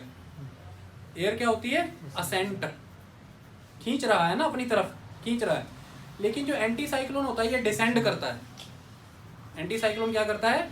Descend करता है, ये नीचे की तरफ फेंकेगा चीजों को। एंटी साइक्लोन क्या होता है? खींचता है। एंटी साइक्लोन क्या होता है? नीचे की तरफ। तो यहां पर अगर कोई एंटी साइक्लोन है तो वो चीजों को क्या करेगा? विंड को क्या करेगा? नीचे को फेंकेगा, नीचे को फेंकेगा। और यहां पर अगर अपर एयर में कोई साइक्लोन है तो वो क्या करेगा? वो खींचेगा, ऊपर को खींचेगा। इतना कंसेप्ट क्लियर हो गया? इसी के बेस पे समझा देंगे कि अल्टीमेटली राजस्थान में मार्च, अप्रैल, मई, जून के महीने में इतनी इंटेंस हीटिंग होने की वजह से बरसात क्यों नहीं होती है। एक तो रीजन अरावली की पोजीशन है, वो एक अलग बात है, लेकिन there are so many other different region, जिनमें से एक रीजन ये है कि इतने हीट कन्वेक्टिव सेल होने के बावजूद भी यहाँ पर वर्षा इसलिए नहीं होती है क्योंकि एयर का असेंट प्रॉपर हो ही नहीं पाता है। एयर का असेंट प्रॉपर इसलिए नहीं हो पाता है क्योंकि इसके अपर रीजन में एंटी साइक्लोनिक कंडीशन बनी रहती हैं और वो एयर का असेंट होने नहीं देती है क्योंकि ऊपर से एयर डिसेंड हो रही है। जैसे ही वो एंटी साइक्लोनिक कंडीशन वहां से वेस्टवर्ड शिफ्ट करती है, राजस्थान में अब्रप्टली बहुत ही टोरेंशियल रेनफॉल होती है। इसलिए राजस्थान में फ्लड आते हैं हर साल, क्योंकि बहुत ही कम समय में बहुत ज़्यादा रेनफॉल हो जाती है, क्योंकि वहाँ पे बहुत ही इंटेंस कन्वेक्टिव सेल तो पहले से ही बने होते हैं, लेकिन उनको रेनफॉल नहीं कराने देते हैं अपर एयर एटमॉस्फेयर में बने हुए एंटी साइक्लोन्स। जैसे ही वो पोजीशन हटाते हैं, नीचे वाले कन्वेक्टिव सेल एकदम से एक्टिवेट हो जाते हैं और बहुत ज़बरदस्त बारिश होती है, इसलिए बाढ़ आ जाती है राजस्थान। तो राजस्थान में फ्लड आते हैं, आप देख लेना। आई बात समझ में? अब इसके दम पे मैं आपको विंटर एंड समर की कंडीशन समझाने वाला हूँ जो हम करेंगे। तो आपको इतना क्लियर हो गया कि सरकम पोलर बेल्ट कैसे समर्थन करती है रेनफॉल आने और रेनफॉल ना आने का। वो अभी जब हम विंटर और समर सीजन डिस्कस करेंगे, सारे सीजन डिस्कस करेंगे, उसमें ये सारा मैकेनिज्म कवर होगा। बस इतना समझ लेना, जब नॉर्थवर्ड माइग्रेशन ऑफ द सन हुआ है उस समय में जो इक्वेटर से जो सब ट्रॉपिकल रीजन में वेस्टर्लीज 10 से 12 किलोमीटर की ऊंचाई पे चल रही हैं, उन्हें एक ज्योग्राफिकल बैरियर हिमालय और तिब्बतन प्लेट्यू ने 2 हिस्सों में बांट दिया है और वो फिर जा करके ईस्ट चाइना में जाके कन्वर्ज कर गई हैं। जैसे जैसे सन की नॉर्थवर्ड माइग्रेशन हुई तो निचली ब्रांच तो लॉस्ट ही हो गई, सिर्फ ऊपर की ब्रांच एग्जिस्टेंस में रह गई। इसकी वजह से अब हो क्या रहा है कि जो नॉर्दर्न हेमिस्फीयर की वेस्टर्ली है ये तो नॉर्थवर्ड शिफ्ट हो गई है ना। नॉर्दर्न हेमिस्फीयर की वेस्टर्ली नॉर्थवर्ड शिफ्ट हो गई है ना। इसके नॉर्थवर्ड शिफ्ट होने की वजह से रेनफॉल भारत में उस लेवल पे नहीं हुआ। Inter tropical convergence zone Bharat में नॉर्थवर्ड आया है, उसकी वजह से रेनफॉल हुआ है। Intense heating of land and ocean हुआ है, उसकी वजह से रेनफॉल हुआ है। लेकिन बेटा इसी समय में साउदर्न हेमिस्फीयर में विंटर भी तो हो जाएगी। जब नॉर्दर्न हेमिस्फीयर में समर है तो साउदर्न हेमिस्फीयर में क्या है? विंटर। तो साउदर्न हेमिस्फीयर की सब ट्रॉपिकल वेस्टर्ली तो कितनी स्ट्रांग हो जाएगी ना।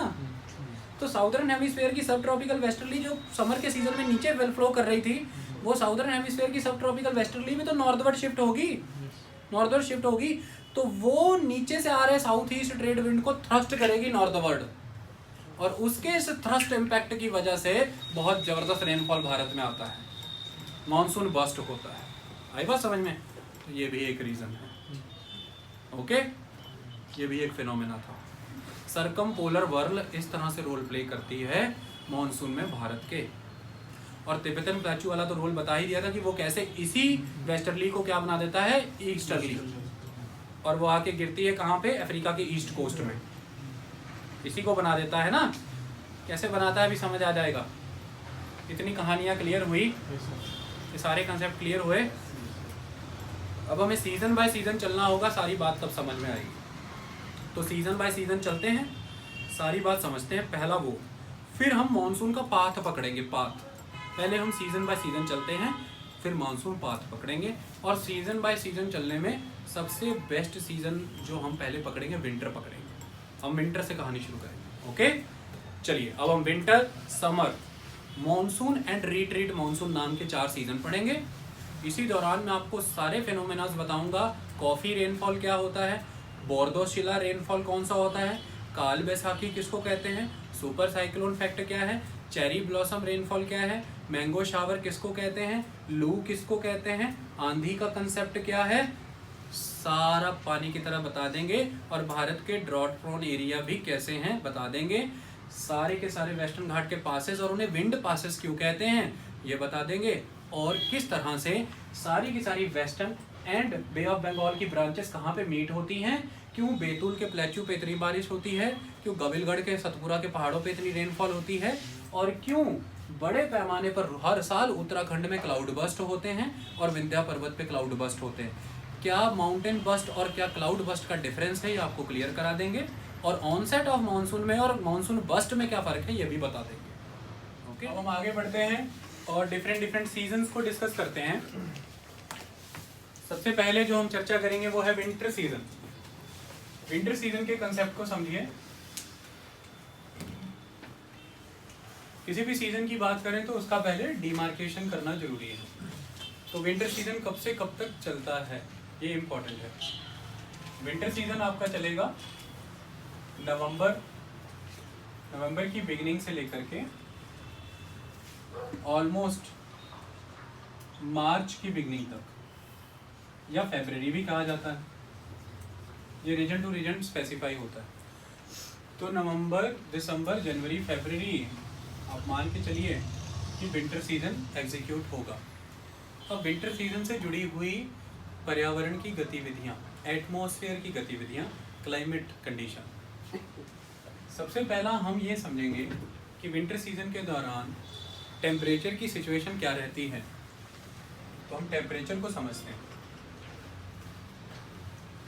देखिए, अगर हम टेम्परेचर की सिचुएशन की बात करें तो विंटर सीजन के दौरान जितना भी ट्रॉपिक ऑफ कैंसर के अबव रीजन है इंडिया का, ये रीजन कोल्ड वेव के अंडर आ जाता है। इस रीजन में टेम्परेचर काफ़ी फॉल कर जाता है। उसके 2 रीज़न्स हैं। पहला रीज़न ये है कि सन साउथवर्ड माइग्रेट कर जाता है। विंटर सीजन के दौरान 22 दिसंबर को sun tropic of Capricorn southern hemisphere Australia पे वर्टिकल होता है, जिसे हम विंटर सोलेस्टिस कहते हैं। और इसी की वजह से जो लैंड की इंटेंस हीटिंग का समर का फेज़ था वो ख़त्म होकर के अब कूल फेज़ एक्टिव हो चुका है। और अर्थ जो है वो अपनी हीट को रेडिएट कर रही है, क्योंकि सन के इक्वेटर पे होने की वजह से बड़े पैमाने पर अब स्लांट और ऑब्लीक रेस इंडिया के नॉर्दर्न रीजन में रीच कर रही है। उसकी वजह से उसका कंसंट्रेशन रीजन भी काफ़ी वाइड है, जिसकी वजह से हाई इंटेंसिटी नहीं है। और दूसरा, उसे एटमॉस्फेयर की भी लेयर काफ़ी क्रॉस करनी पड़ रही है, जिसकी वजह से डिसिपेशन भी है। और तीसरा, दिन छोटे और रातें लंबी हो चुकी हैं, जिसकी वजह से अर्थ को ज़्यादा टाइम मिल रहा है हीट रेडिएट करने के लिए, और दिन के समय में हीट रिसीव कम हो रही है।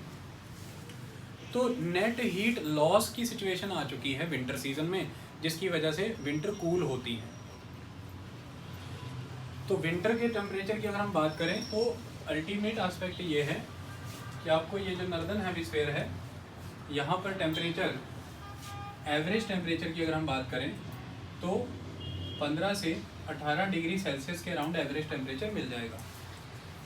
और जैसे जैसे आप नॉर्थवर्ड हिमालय टाइप की तरफ मूव करते चले जाएंगे, ये गिरता चला जाएगा। भारत में कारगिल के रीजन में, जम्मू कश्मीर में, द्रास के एरिया में सबसे लोवेस्ट टेम्परेचर नोट हुआ है। द्रास लोवेस्ट टेम्परेचर यहाँ पे नोट हुआ है, ऑलमोस्ट -40 से -48 डिग्री तक टेम्परेचर यहाँ पे नोट किया गया। ओके, ये एक इम्पॉर्टेंट बात है। उसके अलावा अगर हम बात करें तो पंजाब के रीजन की बात ले लें, राजस्थान की बात ले लें, हरियाणा की बात ले लें, बहुत से प्लेसेस ऐसे हैं जहाँ पर टेम्परेचर बिलो 10 डिग्री रहता है throughout the winter season. और बहुत से रीजन ऐसे हैं जहाँ पर अगर इन्वर्जन ऑफ द टेम्परेचर की कंडीशन क्रिएट हो जाए तो फिर वहाँ पर टेम्परेचर माइनस में भी चला जाता है। जैसे पंजाब का एक रीजन है जलंधर, और जलंधर के पास एक डिप्रेस्ड एरिया बनता है आदमपुर। आदमपुर के इसी डिप्रेस्ड एरिया होने की वजह से वहाँ पर टेम्परेचर अक्सर हर सर्दियों में -1, -2, -3 डिग्री तक चला जाता है। तो इसकी वजह से आप जब भी पहाड़ों से गुजर रहे हैं तो आप एक चीज़ नोटिस करेंगे, जहाँ पे लो एंड हाई रीजन्स आते हैं तो लो एरियाज़ में ठंड काफ़ी ज़्यादा रहेगी, हाई एरियाज़ में कम हो जाएगी। फिर लो में जाएंगे, रोड पे आप जा रहे हैं, रोड ऐसे होती है तो वहाँ पे आप कार में महसूस करना, जैसे जैसे बॉटम की तरफ जा रहे हैं काफ़ी ठंड बढ़ जाएगी, जैसे जैसे ऊपर जा रहे हैं ठंड कम हो जाएगी। इसे कहते हैं इन्वर्जन ऑफ टेम्परेचर का कंसेप्ट। इसकी वजह से स्विट्ज़रलैंड में लोग वैली में नहीं रहते हैं, स्लोप्स पे रहते हैं। और एग्रीकल्चर वैली में नहीं करते हैं, स्लोप पे करते हैं, क्योंकि वैली में फ्रॉस्ट हो जाती है, एग्रीकल्चर ख़राब हो जाता है। ये इंपॉर्टेंट है। इन्वर्जन ऑफ टेम्परेचर का कंसेप्ट हम करेंगे जब आएगी फिजिकल ज्योग्राफी। बस आप इतना समझ लीजिए कि नियम के मुताबिक तो ये होता है कि ठंडी हवा जो है वो कूल है, उसे नीचे रहना है, गर्म हवा को उसके ऊपर रहना है। लेकिन अल्टीमेटली एक सिचुएशन ये बन जाती है, गर्म हवा नीचे हो जाती है, ठंडी ऊपर हो जाती है, सिचुएशन सारी चेंज हो जाती है। आई बात समझ में? तो इन्वर्जन ऑफ टेम्परेचर के कंसेप्ट क्रिएट होते हैं। इससे ठंड बहुत बढ़ती है क्योंकि फॉग एंड फ्रॉस्ट एकदम से इंक्रीज़ होता है। और सुबह सब भोर का समय होता है, रात को कभी भी फॉग नहीं होती है। सुबह सुबह जो भोर का समय होगा और जब शाम का समय आएगा, इन दो समय में आपको फॉग देखने को मिलेगी। जब सन की फर्स्ट रेज या सनलाइट आनी होगी तो फॉग बननी शुरू हो जाएगी, और जब सन पूरा चढ़ जाएगा फिर फॉग हट जाएगी। तो ये डॉन के टाइम पे जो फॉग है ये इन्वर्जन ऑफ टेम्परेचर से होती है। ओके, ये इंपॉर्टेंट बात है। And fog is a cloud, याद रखो। आपको जब क्लाउड पूछे जाएंगे तो फॉग इज़ क्लाउड, इंपॉर्टेंट बात है। तो ये टेम्परेचर के बारे में हमने चर्चा किया।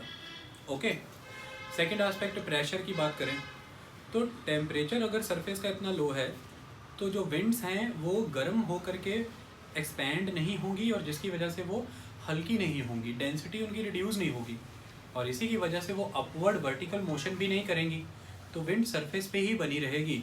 इसकी वजह से प्रेशर हाई बन जाता है। तो हाई प्रेशर टाइम होता है विंटर का सीज़न। और यही कारण है कि ये जो पर्टिकुलर पंजाब के, पाकिस्तान का, अफ़गानिस्तान का ये रीजन है, यहाँ पर बहुत ही strong high pressure zones create होते हैं। इसी तरह से हिमालय के पर्टिकुलर बियॉन्ड रीजन में भी, अफ़गानिस्तान और ये नॉर्दर्न सेंट्रल एशिया में भी बहुत स्ट्रॉन्ग इम्पैक्ट क्रिएट होता है हाई प्रेशर जोन्स का। लेकिन इसके comparatively Bay of Bengal, Arabian Sea and Bay of Bengal अभी उतने ठंडे नहीं हुए हैं, ये फिर भी गर्म हैं। तो यहाँ पर लो प्रेशर की कंडीशन रहेगी।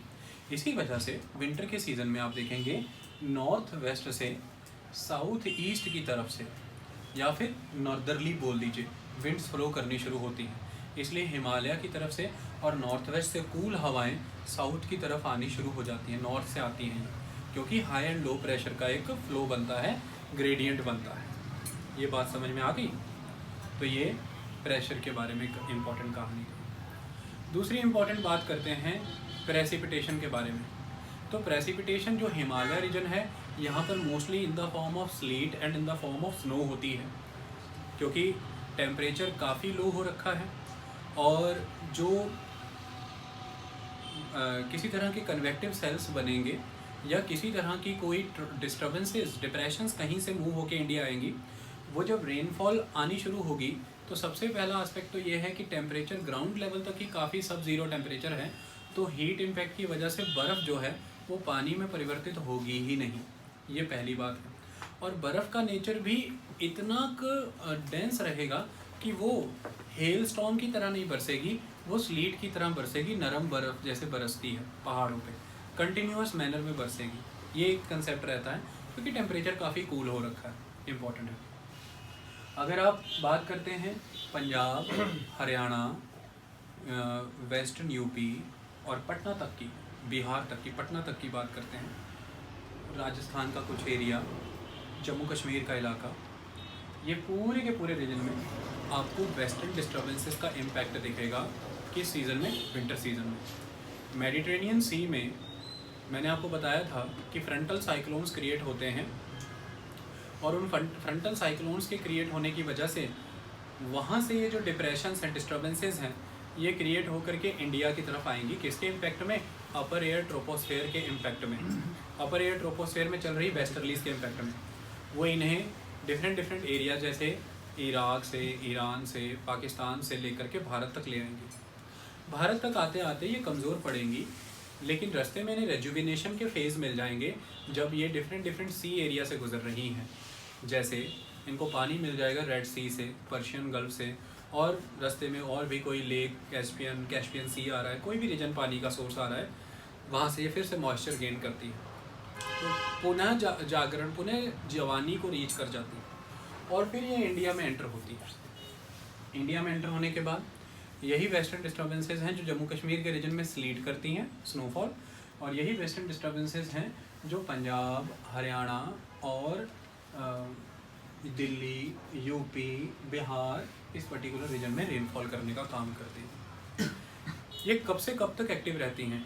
ये नवंबर, दिसंबर, जनवरी, फरवरी, मार्च, इनफैक्ट अप्रैल तक भी एक्टिव रहती हैं वेस्टर्न डिस्टर्बेंसेस, लेकिन इनकी फ्रीक्वेंसी कम होती रहती है और बढ़ती रहती है। अगर आप बात नवंबर की करते हैं तो मान लीजिए कि अक्टूबर एंड से ही बिगिन हो जाती हैं।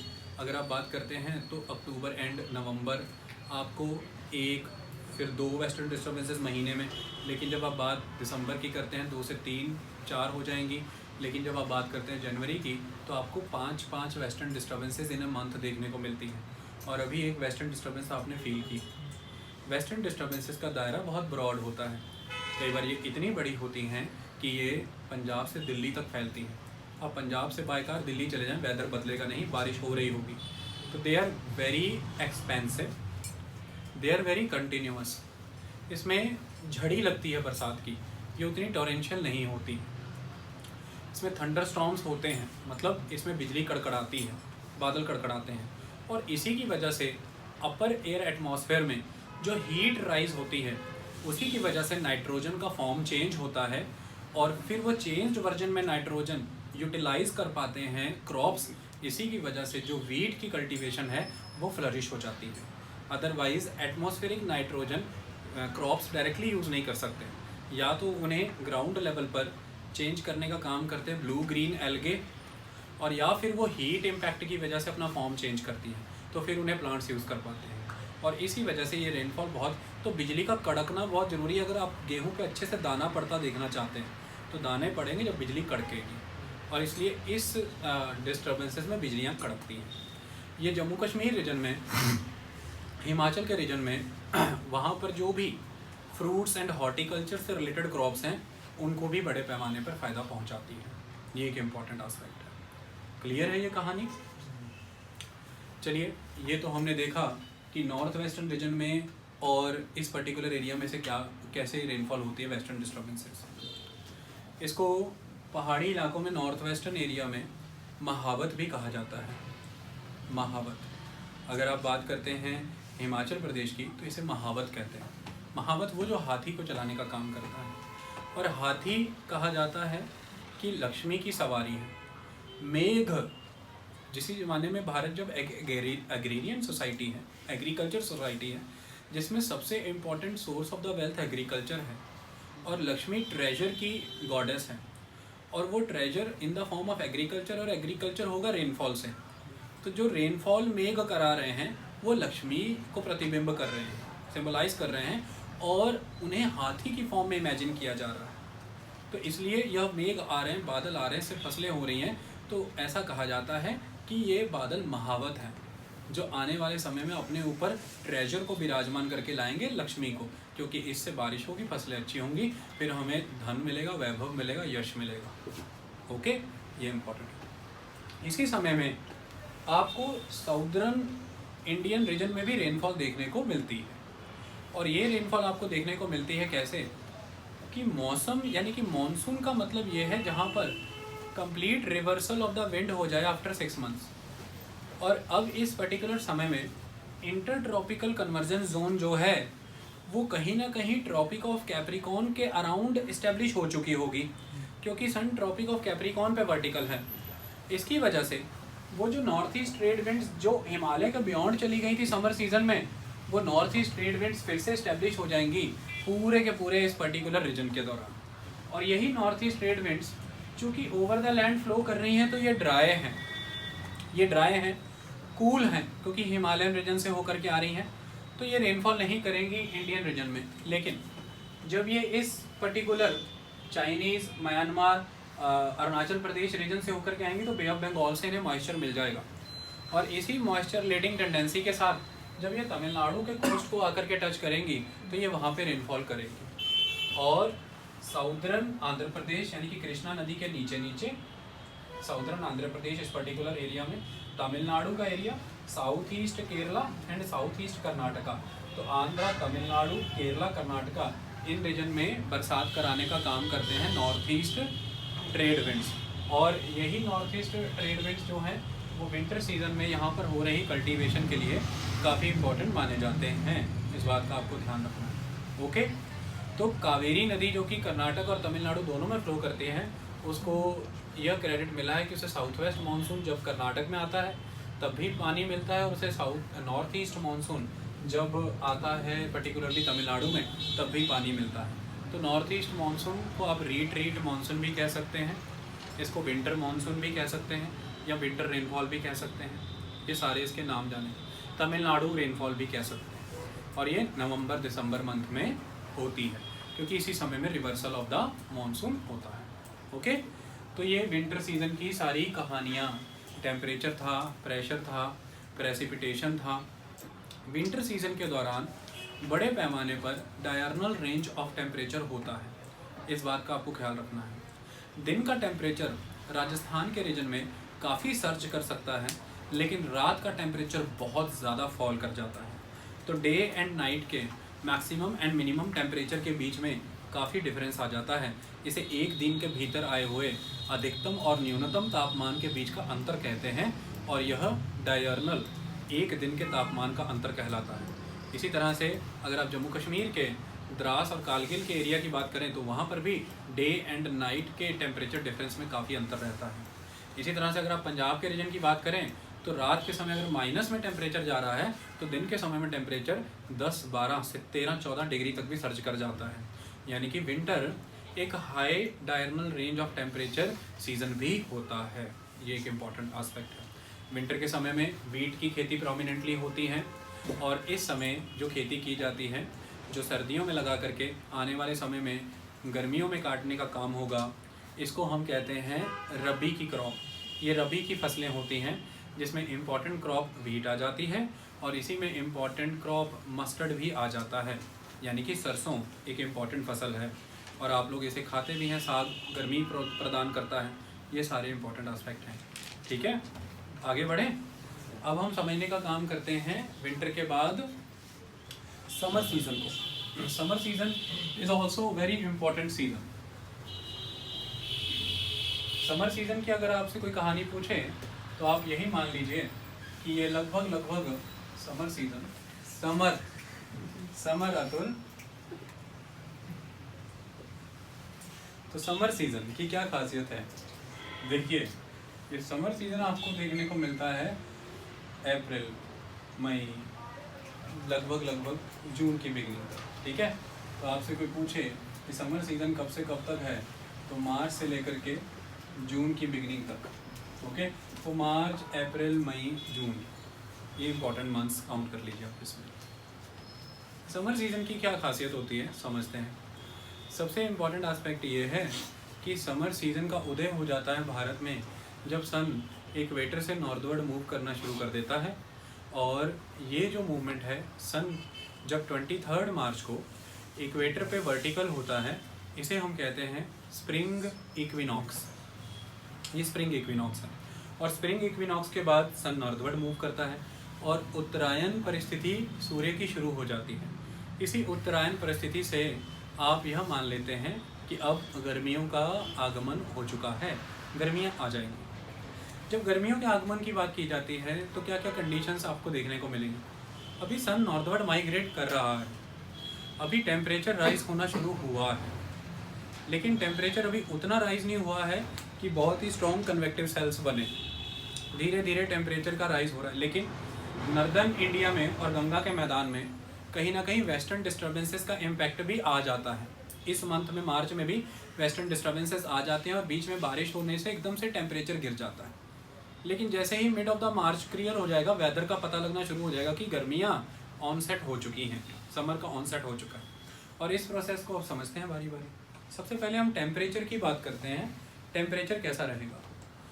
जब हम समर की बात करते हैं तो टेम्परेचर का एक रिवर्स फिनोमेना देखने को मिलेगा। जो पेनिनसुलर रीजन है उसमें साउथ से नॉर्थवर्ड जाएंगे तो टेम्परेचर आपका, जैसे पेनिनसुलर रीजन के साउदर्न एरियाज में टेम्परेचर हाई रहेगा, थोड़ा सा मिडल रीजन में जाएंगे टेम्परेचर लो हो जाएगा, और जैसे जैसे गंगा के मैदान में जाएंगे तो टेम्परेचर और लो हो जाएगा। ये कहानी मार्च अप्रैल मंथ तक की है।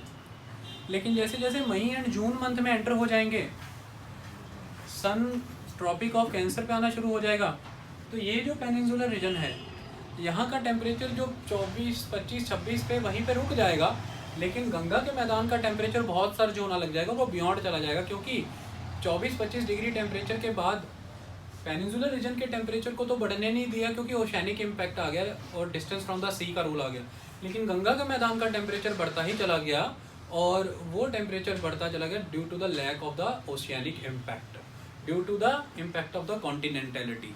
तो इसीलिए मार्च अप्रैल के मंथ्स में आपको ट्रॉपिक ऑफ कैंसर से नीचे नीचे टेम्परेचर ज़्यादा देखने को मिल सकता है as compare to Tropic of Cancer के अबव, और उसमें भी साउथ से नॉर्थवर्ड आते हुए टेम्परेचर डिक्रीज होता दिखेगा, साउथवर्ड ज़्यादा रहेगा नॉर्थवर्ड। लेकिन अप्रैल क्रॉस होने के बाद मई जून आते ही ट्रॉपिक ऑफ कैंसर से नीचे के रीजन में तो एक टेम्परेचर सेटल हो जाएगा, एक्सट्रीम नहीं जाएगा, लेकिन इसके बाद ट्रॉपिक ऑफ कैंसर से अबव जितना भी गंगा का मैदान का रीजन है यहाँ पे टेम्परेचर सर्ज होना शुरू हो जाएगा, बढ़ना शुरू हो जाएगा और बहुत आगे तक चला जाएगा। ठीक है, ये टेम्परेचर की कहानी है। समर सीजन में भी अगर हम बात करें तो मार्च अप्रैल के महीनों में आपको दिन गर्म मिलेंगे लेकिन रातें काफ़ी ठंडी मिल जाएंगी। इसकी वजह से मार्च और अप्रैल के मंथ में डायरनल रेंज ऑफ टेम्परेचर काफ़ी रहेगा। लेकिन जब मई जून का मंथ आ जाएगा तो रातें भी आपको काफ़ी तंग करेंगी, काफ़ी गर्म होंगी। तो दिन और रात लगभग एक जैसा होने लग जाता है। मई जून के समय में दिन और रात बराबर होने लग जाते हैं, दिन के घंटे और रात के भी घंटे बराबर आने लग जाते हैं और सेम सी हीट फील होने लग जाती है। ये पहली बात। प्रेशर विंड्स की अगर हम बात करें तो टेम्परेचर इतना राइज हो चुका होता है, इस पूरे के पूरे लैंडमास का ये इतना हीटअप हो चुका होता है कि इसकी वजह से कन्वेक्टिव सेल मैकेनिज्म बहुत ज़बरदस्त बनते हैं। तो लोकल हीटिंग इम्पैक्ट की वजह से, लोकल कन्वेक्टिव सेल बनने की वजह से विंड्स बहुत एब्रप्टली एक high pressure, near by high pressure region से उस लो प्रेशर रीजन को फिल करने के लिए चलती हैं। इस वजह से विंड मूवमेंट काफ़ी रहती है। और दूसरा, ये लोकल कन्वेक्टिव सेल्स बनने की वजह से जो लोकल साइक्लोनिक कंडीशंस बनती हैं, ये भी एक रीजन से दूसरे रीजन की तरफ मूव करते हैं, जिसकी वजह से एक एरिया से दूसरी एरिया की तरफ विंड का मूवमेंट देखेंगे आप, और एक रीजन से दूसरे रीजन की तरफ ये लोकल साइक्लोनिक इम्पैक्ट मूव करते देखेंगे। इन दोनों की वजह से बहुत ही ज़बरदस्त लू का माहौल चलता है, आंधियों का माहौल चलता है। तो एक तो आपको बहुत ज़बरदस्त आंधियाँ मिलेंगी और ये आंधियाँ क्या होंगी, ये डस्ट से भरी रहेंगी, ये आपकी विजिबिलिटी को बिल्कुल रिड्यूस कर देंगी। ट्रेड एंड कमर्स, ट्रांसपोर्ट बड़े पैमाने पर नुकसान होता है इसकी वजह से। कई मीटर तक, एकदम क्लोज रीजन तक भी आपकी विजिबिलिटी हार्म हो जाती है। बहुत सारी एलर्जिक एंड डिजीज़ एक्टिविटीज़ इन आंधियों की वजह से एक्टिव हो जाती है। पूरे के पूरे राजस्थान रीजन से और बाकी रीजन से डस्ट और सैंड पंजाब हरियाणा के रीजन को कवर कर लेती है। एनिमल और बाकी जीव जंतुओं को इससे समस्या होने लग जाती है। ये एक इम्पॉर्टेंट आस्पेक्ट है। दूसरा 12 बजे से लेकर के सुबह 9-10 बजे से लेकर के शुरू होती है और 12 से लेकर 3-4 बजे तक बहुत इंटेंस हो जाती है लू, गर्म हवाएं चलती हैं बहुत ज़बरदस्त। ये राजस्थान, पंजाब, हरियाणा, यूपी, बिहार और बंगाल इन सारे एरियाज़ को कवर करती है। सबसे स्ट्रॉन्ग इम्पैक्ट इनका राजस्थान, पंजाब, हरियाणा और यूपी में देखा जा सकता है। तो लू बहुत इंटेंस हीट वेव्स चलती हैं। ये इतनी इंटेंस हीट वेव्स होती हैं कि ये बहुत सारे लोगों की जान भी ले लेती है, क्योंकि इस समय में बरसात हो नहीं रही है। ये एक इम्पॉर्टेंट आस्पेक्ट है। रात के समय में भी हीट वेव्स का, लू का इम्पैक्ट आपको देखने को मिल जाता है। ये इतनी स्ट्रॉन्ग वेव्स होती हैं। क्लियर है कहानी? तो ये एक इम्पॉर्टेंट फैक्टर जुड़ा हुआ है समर सीजन के साथ। वो जो आंधियाँ मैंने आपको कहा, वो आंधियाँ कहीं कहीं अपने साथ कुछ कुछ रेनफॉल लेकर के आती हैं और उस रेनफॉल की वजह से लोगों को एक रिलीफ मिलता है, एक चैन की सांस देखने को मिलती है। ये एक इम्पॉर्टेंट बात है। तो थोड़ा सा टेम्परेचर डाउन हो जाता है आंधी के बाद जो एक बरसात होती है। आप मार्च अप्रैल के महीनों में नोटिस करना, मई के महीने में भी आंधी आएगी और उसके बाद बहुत तेज़ हवाएं, पत्ते गिरेंगे, सब कुछ होगा, लेकिन फिर एक बारिश भी हो जाएगी जिसकी वजह से थोड़ा सा वेदर कंट्रोल में आ जाता है। ह्यूमिडिटी मार्च अप्रैल मई का मंथ है, हाई हीट है, हीट हाई है, लेकिन ह्यूमिडिटी उतनी नहीं है, इसलिए फिर भी अपनी आपकी जान दूबर नहीं हो रही है, जान खराब नहीं हो रही। लेकिन जैसे ही मानसून का सीज़न आएगा, हीट तो हाई रहेगी, ह्यूमिडिटी भी हाई रहेगी। और high heat and high humidity में ही एक कंसेप्ट ये होता है कि एटमॉस्फेयर में ह्यूमिडिटी, रिलेटिव ह्यूमिडिटी इतनी होती है कि आपकी बॉडी पे जो स्वेट आया है, जिसको इवेपोरेट होकर आपकी बॉडी का टेम्परेचर डाउन करना है, वो इवेपोरेट हो ही नहीं रहा। और जब वो इवेपोरेट ही नहीं हो रहा, क्योंकि एटमॉस्फेयर में, सराउंडिंग रीजन में सैचुरेशन लेवल है एयर पैकेट में, तो फिर आपका बॉडी का टेम्परेचर डाउन ही नहीं जा रहा। इसकी वजह से palpitation of the heart problem, कई प्रॉब्लम्स आती हैं। यही रीजन है कि अफ्रीका का equatorial region high heat and high humidity की वजह से प्रभावित है, बर्बाद, जानलेवा होता है। आई बात समझ में? चिपचिपा मौसम जिसे कहते हैं, ये बहुत नुकसानदायक होता है। उन सीज़न में इंडिया में बहुत प्रोमिनेंटली एयर कंडीशन की नीड पड़ती है। अदरवाइज़ मई तक और जून की बिगिनिंग तक तो कूलर से भी काम चलता है। ठीक है, तो ये एक आस्पेक्ट है इस तरह का। अब हम बात करते हैं प्रॉपर रेनफॉल और रेनफॉल एरियाज़ की। तो इसके बारे में अब एक वर्ड यूज़ करता हूँ मैं, pre monsoon rainfalls. Pre monsoon rainfalls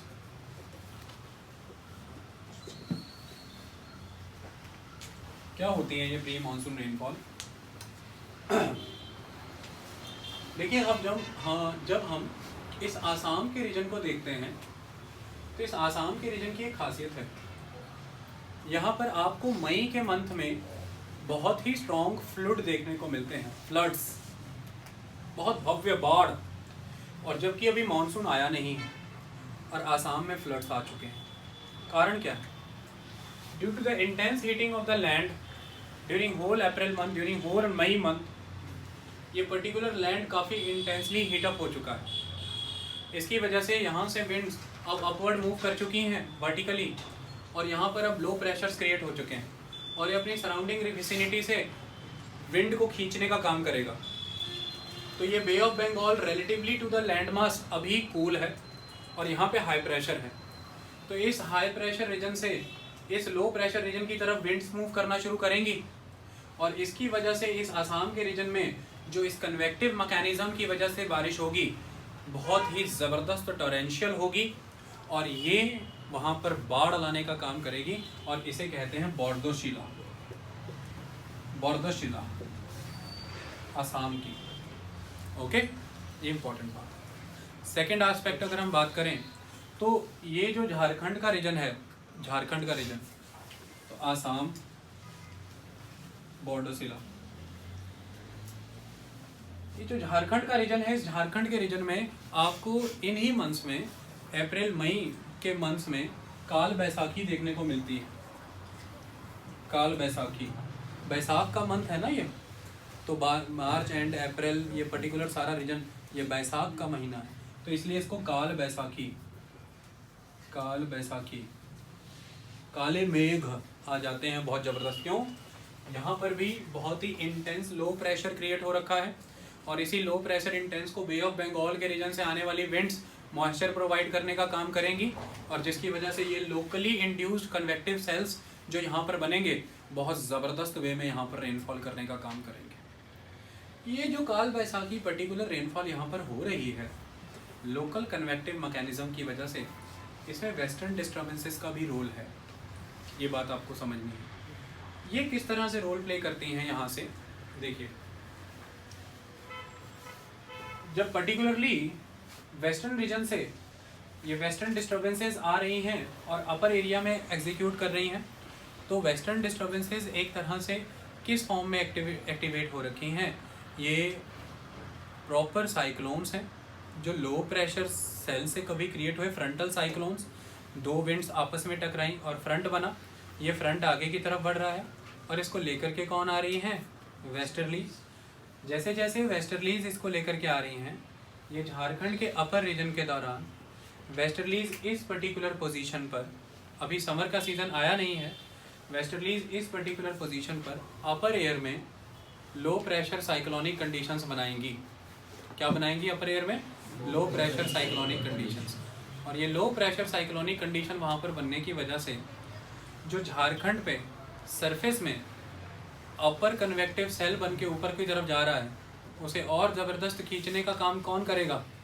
जो अपर एयर साइक्लोनिक कंडीशन बनी हुई है।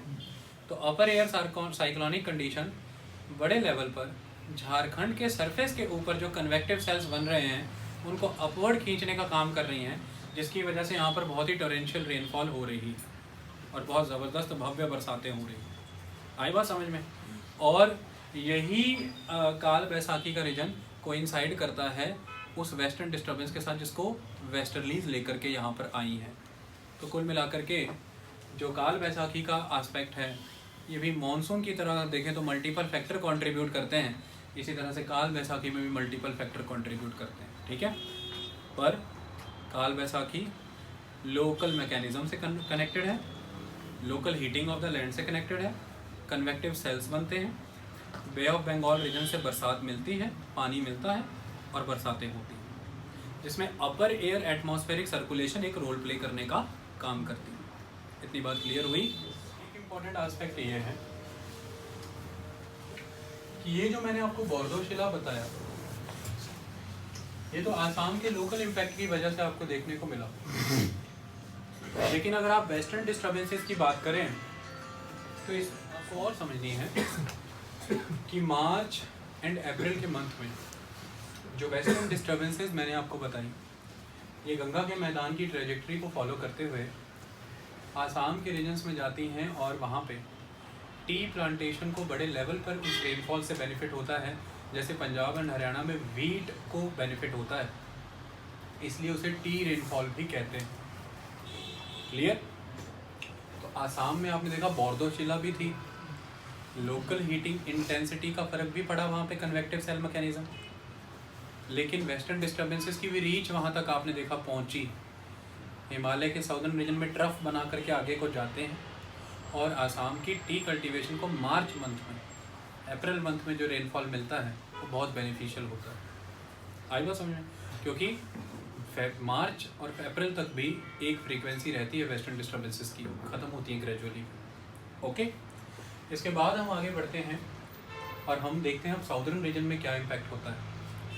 देखिए, ये जो साउदर्न रीजन होता है, जैसे जैसे गर्मियाँ आती हैं वैसे वैसे भारत में आम को बीज पड़ता है, आम को दाना, आम बनता शुरू होता है।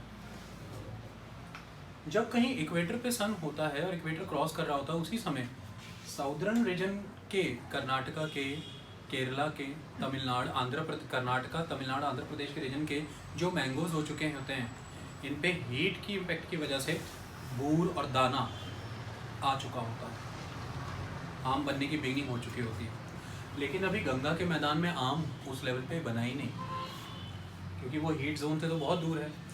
और जैसे जैसे अप्रैल का मंथ और मई का मंथ आता है, तो इस अप्रैल, मई, जून के मंथ के दौरान जो मॉनसून के आने से पहले लोकल हीटिंग मैकेनिज्म की वजह से कन्वेक्टिव सेल मैकेनिज्म की वजह से तमिलनाडु, केरला, कर्नाटका, आंध्र में जो रेनफॉल होता है वो बहुत स्ट्रॉन्ग इम्पैक्ट यहाँ की क्रॉप पे डालता है, जिसका सीधा सीधा इम्पैक्ट आप देख सकते हैं केरला की कॉफ़ी प्लांटेशन के ऊपर, और दूसरा केरला एंड कर्नाटका की कॉफ़ी प्लांटेशन पे।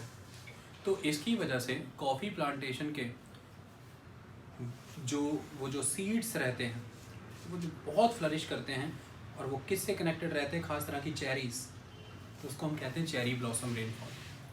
मॉनसून से पहले एक तरह की प्री मॉनसून रेनफॉल भारत में हो रही है, उसकी वजह से कर्नाटका, केरला के रीजन में ये जो कॉफ़ी प्रॉपर हो रही है इसको हम कहते हैं चेरी ब्लॉसम रेनफॉल। और इसी रेनफॉल की वजह, बिना बरसातों के आम नहीं पकता बेटा, और इन्हीं रेनफॉल की वजह से जो तमिलनाडु, आंध्र और कर्नाटका के मैंगो पक गए हैं वो मैंगो शावर है।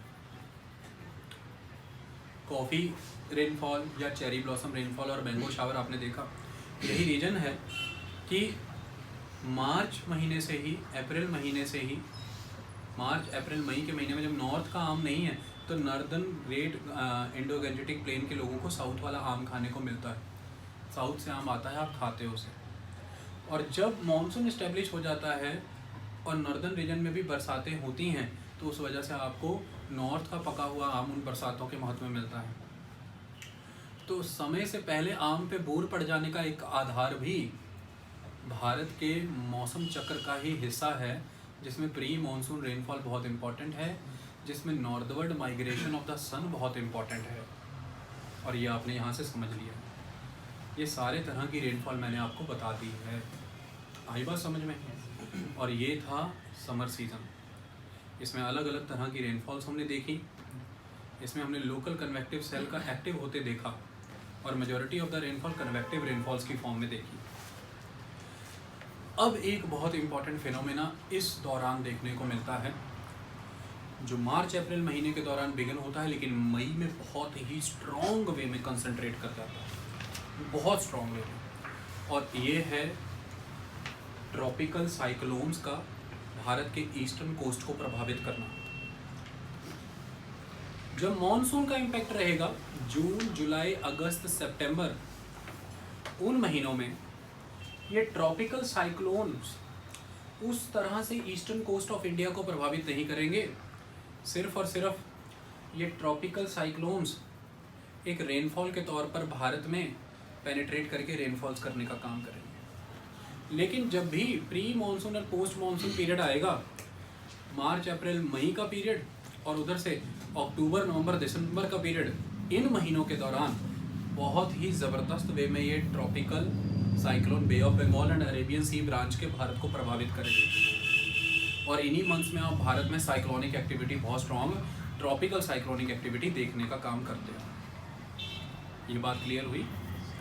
चलिए अब इस परिस्थिति को समझने का प्रयास करते हैं कि ये परिस्थिति कैसी है। देखिए, बहुत ही ज़बरदस्त वे में ये जो बे ऑफ बंगाल का रीजन है, इस बे ऑफ बंगाल रीजन में छोटे छोटे स्मॉल वॉर्टिसेस बनने लगे हैं। स्मॉल वॉर्टिसेस, ओके, वॉर्टिसेस माने छोटे छोटे छोटे छोटे चक्र बिंदु। इन चक्र बिंदुओं में आपस में कोलासेंस होना शुरू हो जाएगा।